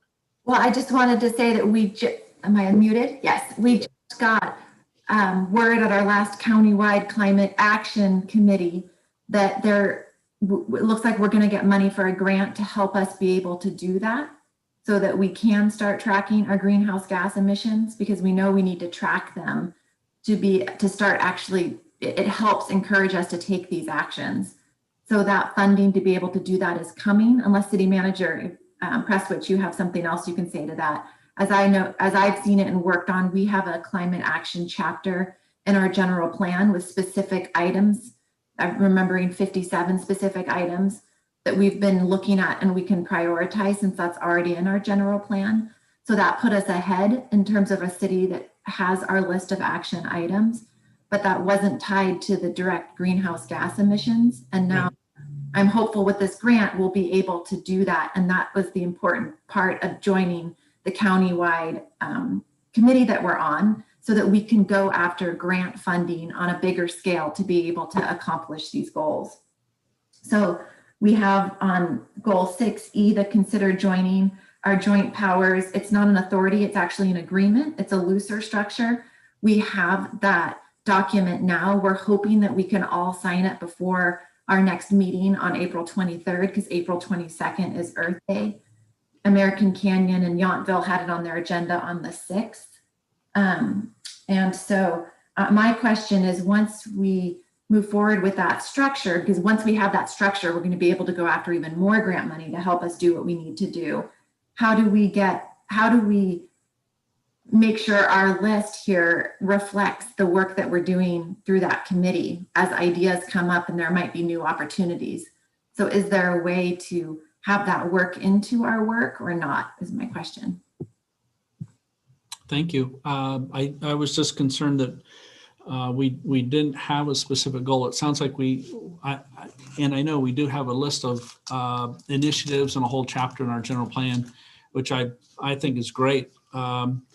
I just think we need to establish a baseline for emissions, and then we can establish that target, and then we have something to work toward, and the initiatives can get aligned around that progress, and it becomes much easier for us to see it and manage it. And so I'm in support of all of that. That's great. And I'll just add that there had been some prior council conversation and action about 10 years ago on this front that did have specific targets. We do not have a climate action plan adopted right now or in development, and that is something that would include references like that. The resolution that was referenced was really a starting point for a regional conversation that's continuing to mature. And whether we hit the meeting of the 13th, which it's a staff capacity issue, frankly, or the 23rd, we have a document that the mayor and Councilmember Chateau have been working with other partners up and down the valley to prepare. Our city attorney has been involved in the review of that. The document's ready to go. We simply need to put together a staff report and bring this forward on either the 13th or the 27th of April. So that's coming, and from that framework and that working relationship, we anticipate additional opportunities and ideas will mature through that vehicle. So I think it's frankly fair to say there's a lot more work on the climate change front.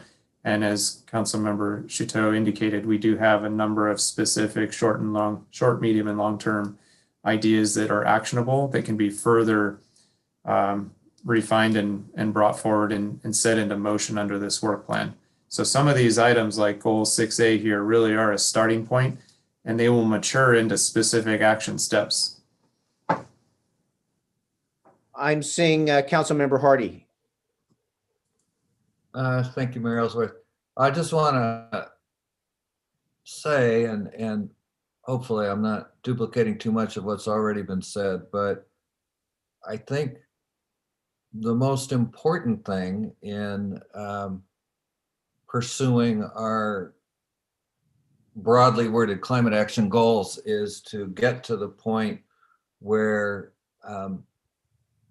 we have measurable targets where things are quantified, because until baseline and target goals are quantified, we have no good way to measure progress. And that, so it's the work required to establish the quantities involved that I would make the highest priority myself. Thank you.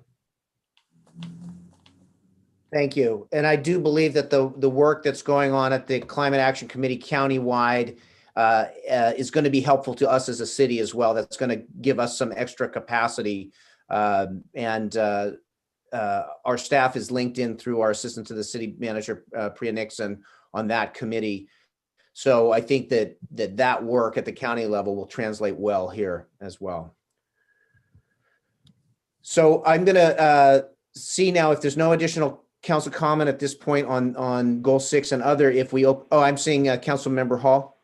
Sorry, just one last comment. I completely agree with Councilmember Hardy's comments there. I just had a question for Councilmember Chateau on the grant. Establishing the baseline, presumably that grant funding is going to go to a science guy or gal who is going to look at our city here, our footprint, our buildings, our transportation, average commute distances, all of that kind of stuff. Is that part of the work that's included in that grant to establish that baseline? We have not had a report yet on what the work will entail and how specific how much we will get in each city, because I doubt it's going to be enough to cover everybody. And what we need to do, if we were to do the climate action plan, I think I heard before the cost was about $100,000. This grant won't be anywhere near being able to cover everybody doing that, but it will help. Yep. I'll keep you updated as I'll report back as we learn. Thank you. Okay, very good. I'll bring it back now, and we will open this for public comment. And I'll look to Cami and see if we have any members of the public who want to comment on goal 6 or the other. Okay, I am checking for public comment, and I do not see any raised hands at this time. Okay, I'll bring it back to the council. I just wanted to also quickly comment on other A, on the tenant improvements and movement relocation of City Hall. Really important work. Want to thank the Vice Mayor for his work on that, and so critical that keeps moving forward. So I just want to put a marker there. Are there any final comments? I'm seeing Vice Mayor Doring. Thank you, Mayor. And thank you for your compliment. By the way, we don't have a signed lease yet, so we're still working at it. Can we go back to goal 3, item B for a second? Yes. So I understand that this is under sort of the regional collaboration component. I would recommend that we move this item to our first goal and that we add the word public health and safety under that goal. I think it's more appropriate there. I think it's a public safety issue more than a collaboration issue. And I know we already have the after action report, so it seems to me that that would be the appropriate place for it. So that's the suggestion I have with respect to that one item. I'm supportive of that as well. I think that seems appropriate. And Councilmember Hall. Thank you. I just wanted to thank staff for all of the work that's going into this goal setting effort. It's a huge amount of work, I imagine, particularly including things like project status, target completion dates, estimated staffing hours. So thank you very much for the work there. And it sounds like you've got plans to continue to improve going forward. So it's wonderful. It's very helpful. Thank you. And I want to echo that the recognition of the incredible work of the staff. You know, what we've seen in the last number of years is how capable the staff is in remarkable circumstances, and that gets us optimistic for the future. And hopefully we all work together so that we stay within our capacities. We stay in work zones that we can all manage. It's been an extraordinary amount of work, and I think it's really important to recognize that over the last number of years, just amazing progress. And I know that we're setting the table here for a future year, the next year of it. And so just, you know, deep thanks to staff and to council as well for the continued focus to stay on these issues and keep the sort of lines that we're working on clear and progressing on all fronts. So just a big thank you all around. Thank you. City Manager, do we have some wrap up thoughts here? We're going to transition now to just a fairly brief overview of our CIP list. And what we're going to do is share the screen on a pivot table.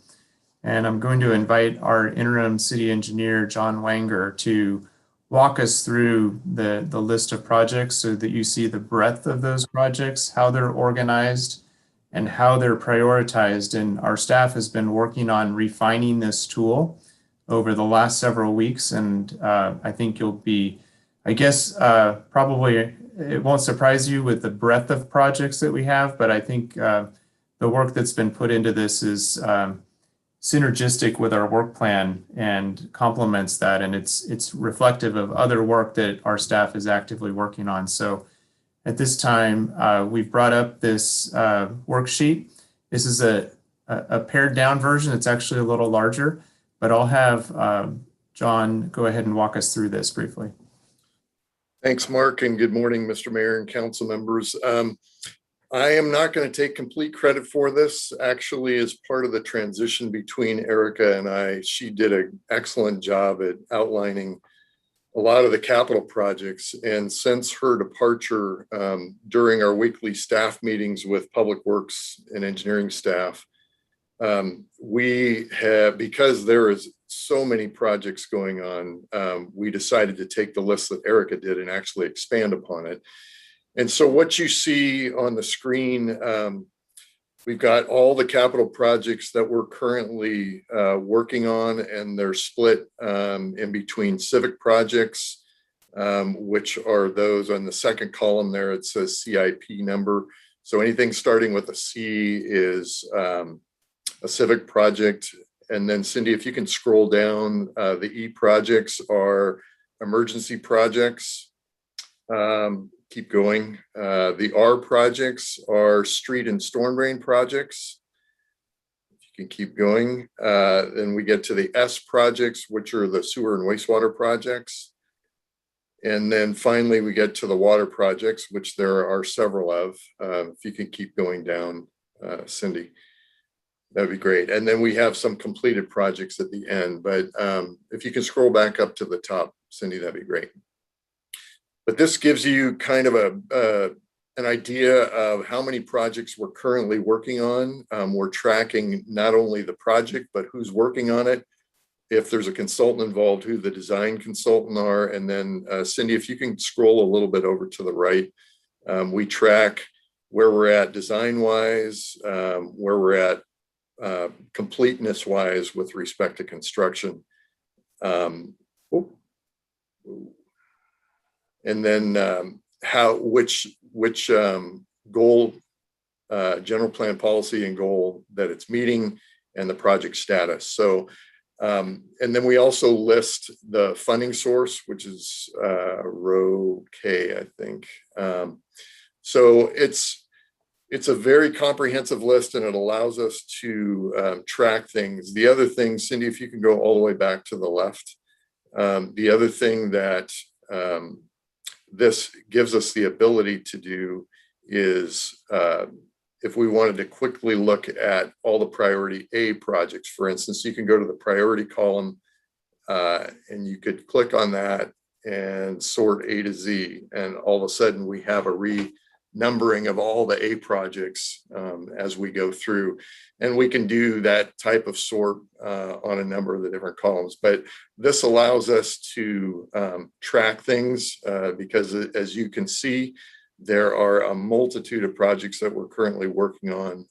And there's actually a lot of A priority projects as well. So the other thing is this is a fluid document. Typically, we update this every week.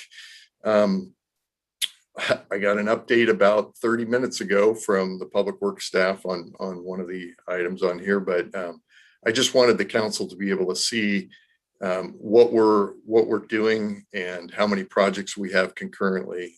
And I will tell you, in the last 3 weeks since I have been here, my admiration for the staff members that work at the city of St. Helena is off the chart. There is an absolutely Herculean effort that is going on staff-wise to keep all of these projects moving forward. So I'm happy to answer any questions you may have. Thank you, Mr. Wenger, and we're very glad to have you here working with us. We appreciate it. So I'm going to go to our council here. I'm seeing Councilmember Hall and then Councilmember Chateau. Thank you, Mr. Mayor. John, thank you very much, and kudos to the whole staff for committing to organizing work this way in multiple dimensions. I'm curious, is there any way to, maybe as you're working through this in the future, there'd be great to see some way to slice the list in a couple of different ways. One would be obviously by just dollar value, and maybe there's a sizable break point where you take the top, 20 initiatives in terms of dollar value and just provide sort of a red, yellow, green on, budget, scope, schedule. And that would be a nice, clean update for the council and the rest of senior staff to know whether we need to help Public Works make any adjustments or anything like that. Right. And that actually would be very easy for us to do because the way that spreadsheet has been set up, we can actually sort it on the estimated budget. So I think there's a pretty easy way we can do it, and that's a great idea. Yeah, thank you. Thank you. And I'm seeing Councilmember Chateau. Thank you. It's fantastic to see this report. There's so much good information. And my question is there a way for us to be able to have that emailed to us, or is there another version that's available to be on the website for the public to see? I know that I get asked on the status of projects, and I don't know where to look. And in the past, I've looked on the website, and there are some items that are there, and that doesn't always answer questions. So I wanted to know what is the best way to get that information and be able to check in. I think we certainly can make it available. We can make a PDF copy each week and get it to Mark to distribute to all the council members. The only reason why I'm slightly hesitant in making this online, this is actually a live document. So if somebody goes in and arbitrarily or mistakenly makes a change, it can really mess things up. So, but it's super easy to make make a PDF. You know, after our staff meetings, we can get information to Mark and then distribute that to the council. Thank you. Thank you. I have there's one project that has come up. I just want to mention, it's a smaller thing, and this list is remarkable. The last thing I want to do is just adding anything to it. But there's the little bridge that's off of Sulphur Creek, just to the east, between Stonebridge and walking into town. And I've got some comments recently about that bridge, and just taking a look at that, if we're anticipating a good, strong economic recovery and having pedestrian traffic in town, just something to consider looking at. And is there any other council comment? And then I will open up to public comment. I'm seeing Councilmember Hall. Thank you. I was not able to see everything on the list. I just wanted to talk a little bit about the water issues and see if number one was the Rutherford pipe restriction issue somewhere on that list. Are we looking at that and exploring it? Okay, great. It is. Second was, as the volume of water in the reservoir declines through the summer, there's probably a good opportunity for us to, at least at a minimum, do a bathymetric survey and see how much sediment is in the bottom of the reservoir. And if the water volume's coming down, if it doesn't look like there's a lot of sediment, then great, we don't need to move any further. If it looks like there has been a lot of buildup in sediment there, we might be able to get in and do some dredging while the reservoir is low and increase the capacity for future years. But we could just check it by doing a survey. So not spending a bunch of money or a bunch of time, we can, hire a contractor to come out and just look at it. Anyway, those are my thoughts. Thank you. Any other council thoughts before I open it to public comment? Seeing no hands, I will open the public comment and see if Cammie is seeing any hands up. Okay, I am checking for public comment, and I do not see any hands raised at this time. Okay, very good. Thank you. I'll bring it back to council. Any thoughts or comments at this point, and then I'll check in with our city manager. I'm seeing no hands, and I'm seeing Councilmember Hardy. Thank you, Mayor Ellsworth. Well, I'm really reluctant to propose any additions to this important and kind of formidable list. But in just taking in a discussion on this last item, I'm reminded again of not simply the extraordinary effort that staff has put into so many things that have come up in the course of this meeting, but also the really challenging conditions under which that effort has been made. And not least of which has been the move from a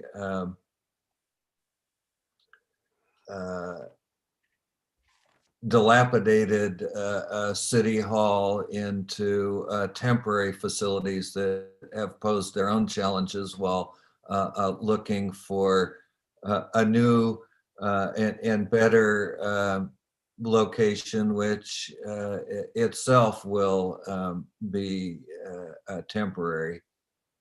So it just seems to me the moment for me as a council member to ask, are we doing everything we should be doing to support our staff in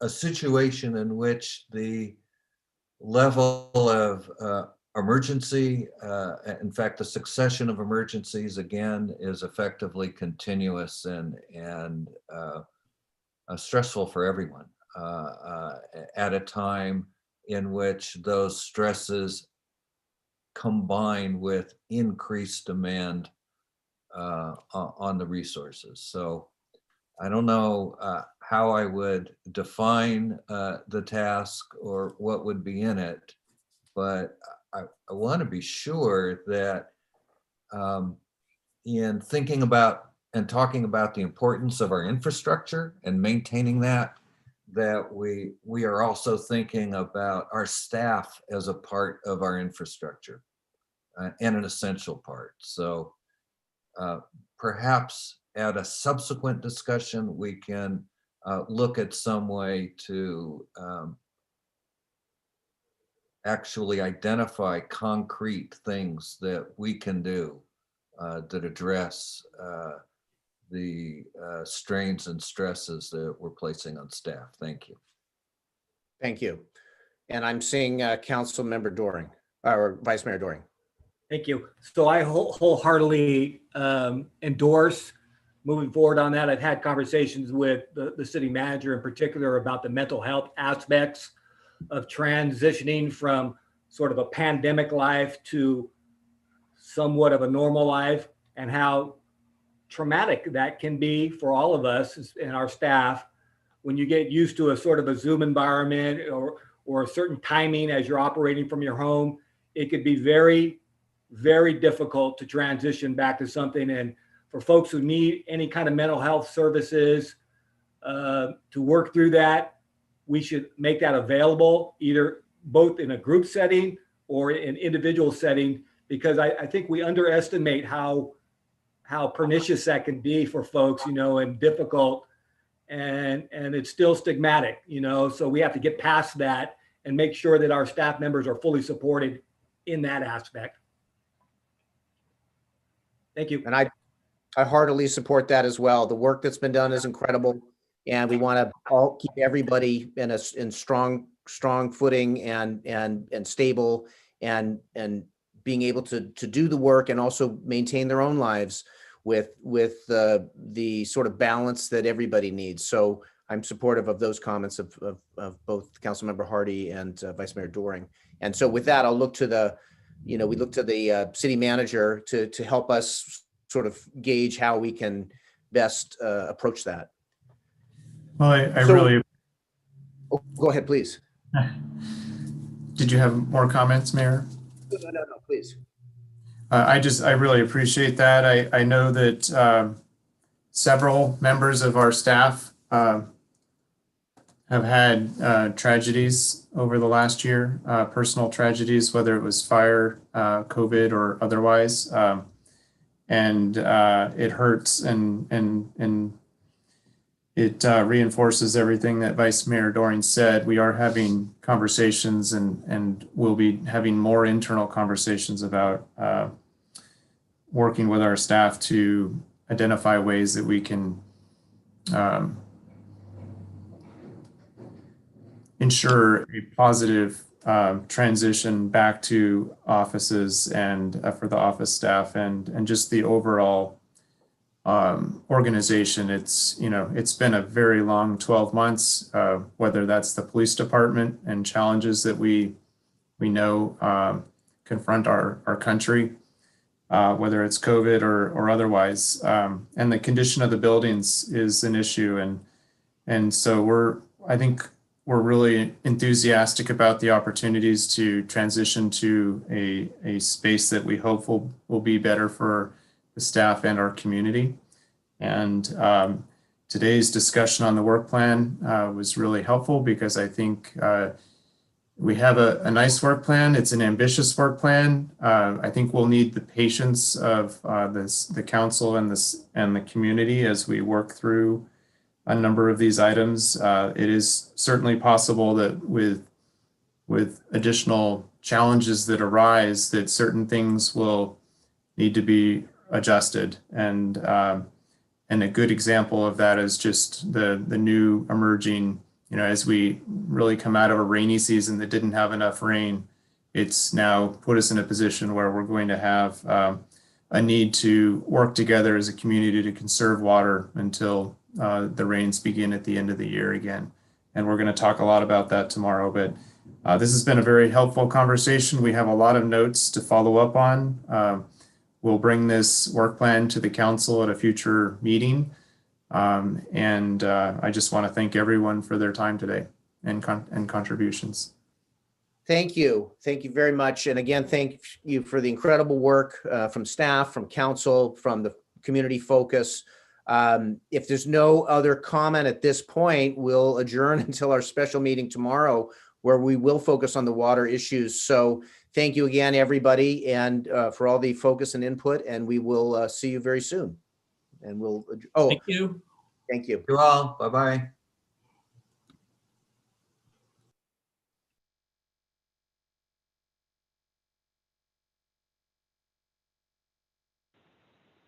Well, how you doing? Very well. I just stopped recording to the cloud. Perfect. Okay.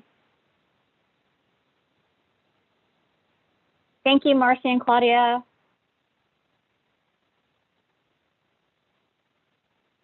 Okay. I was just getting the other attendees out. YouTube. Okay. And the okay, YouTube so, video? Okay.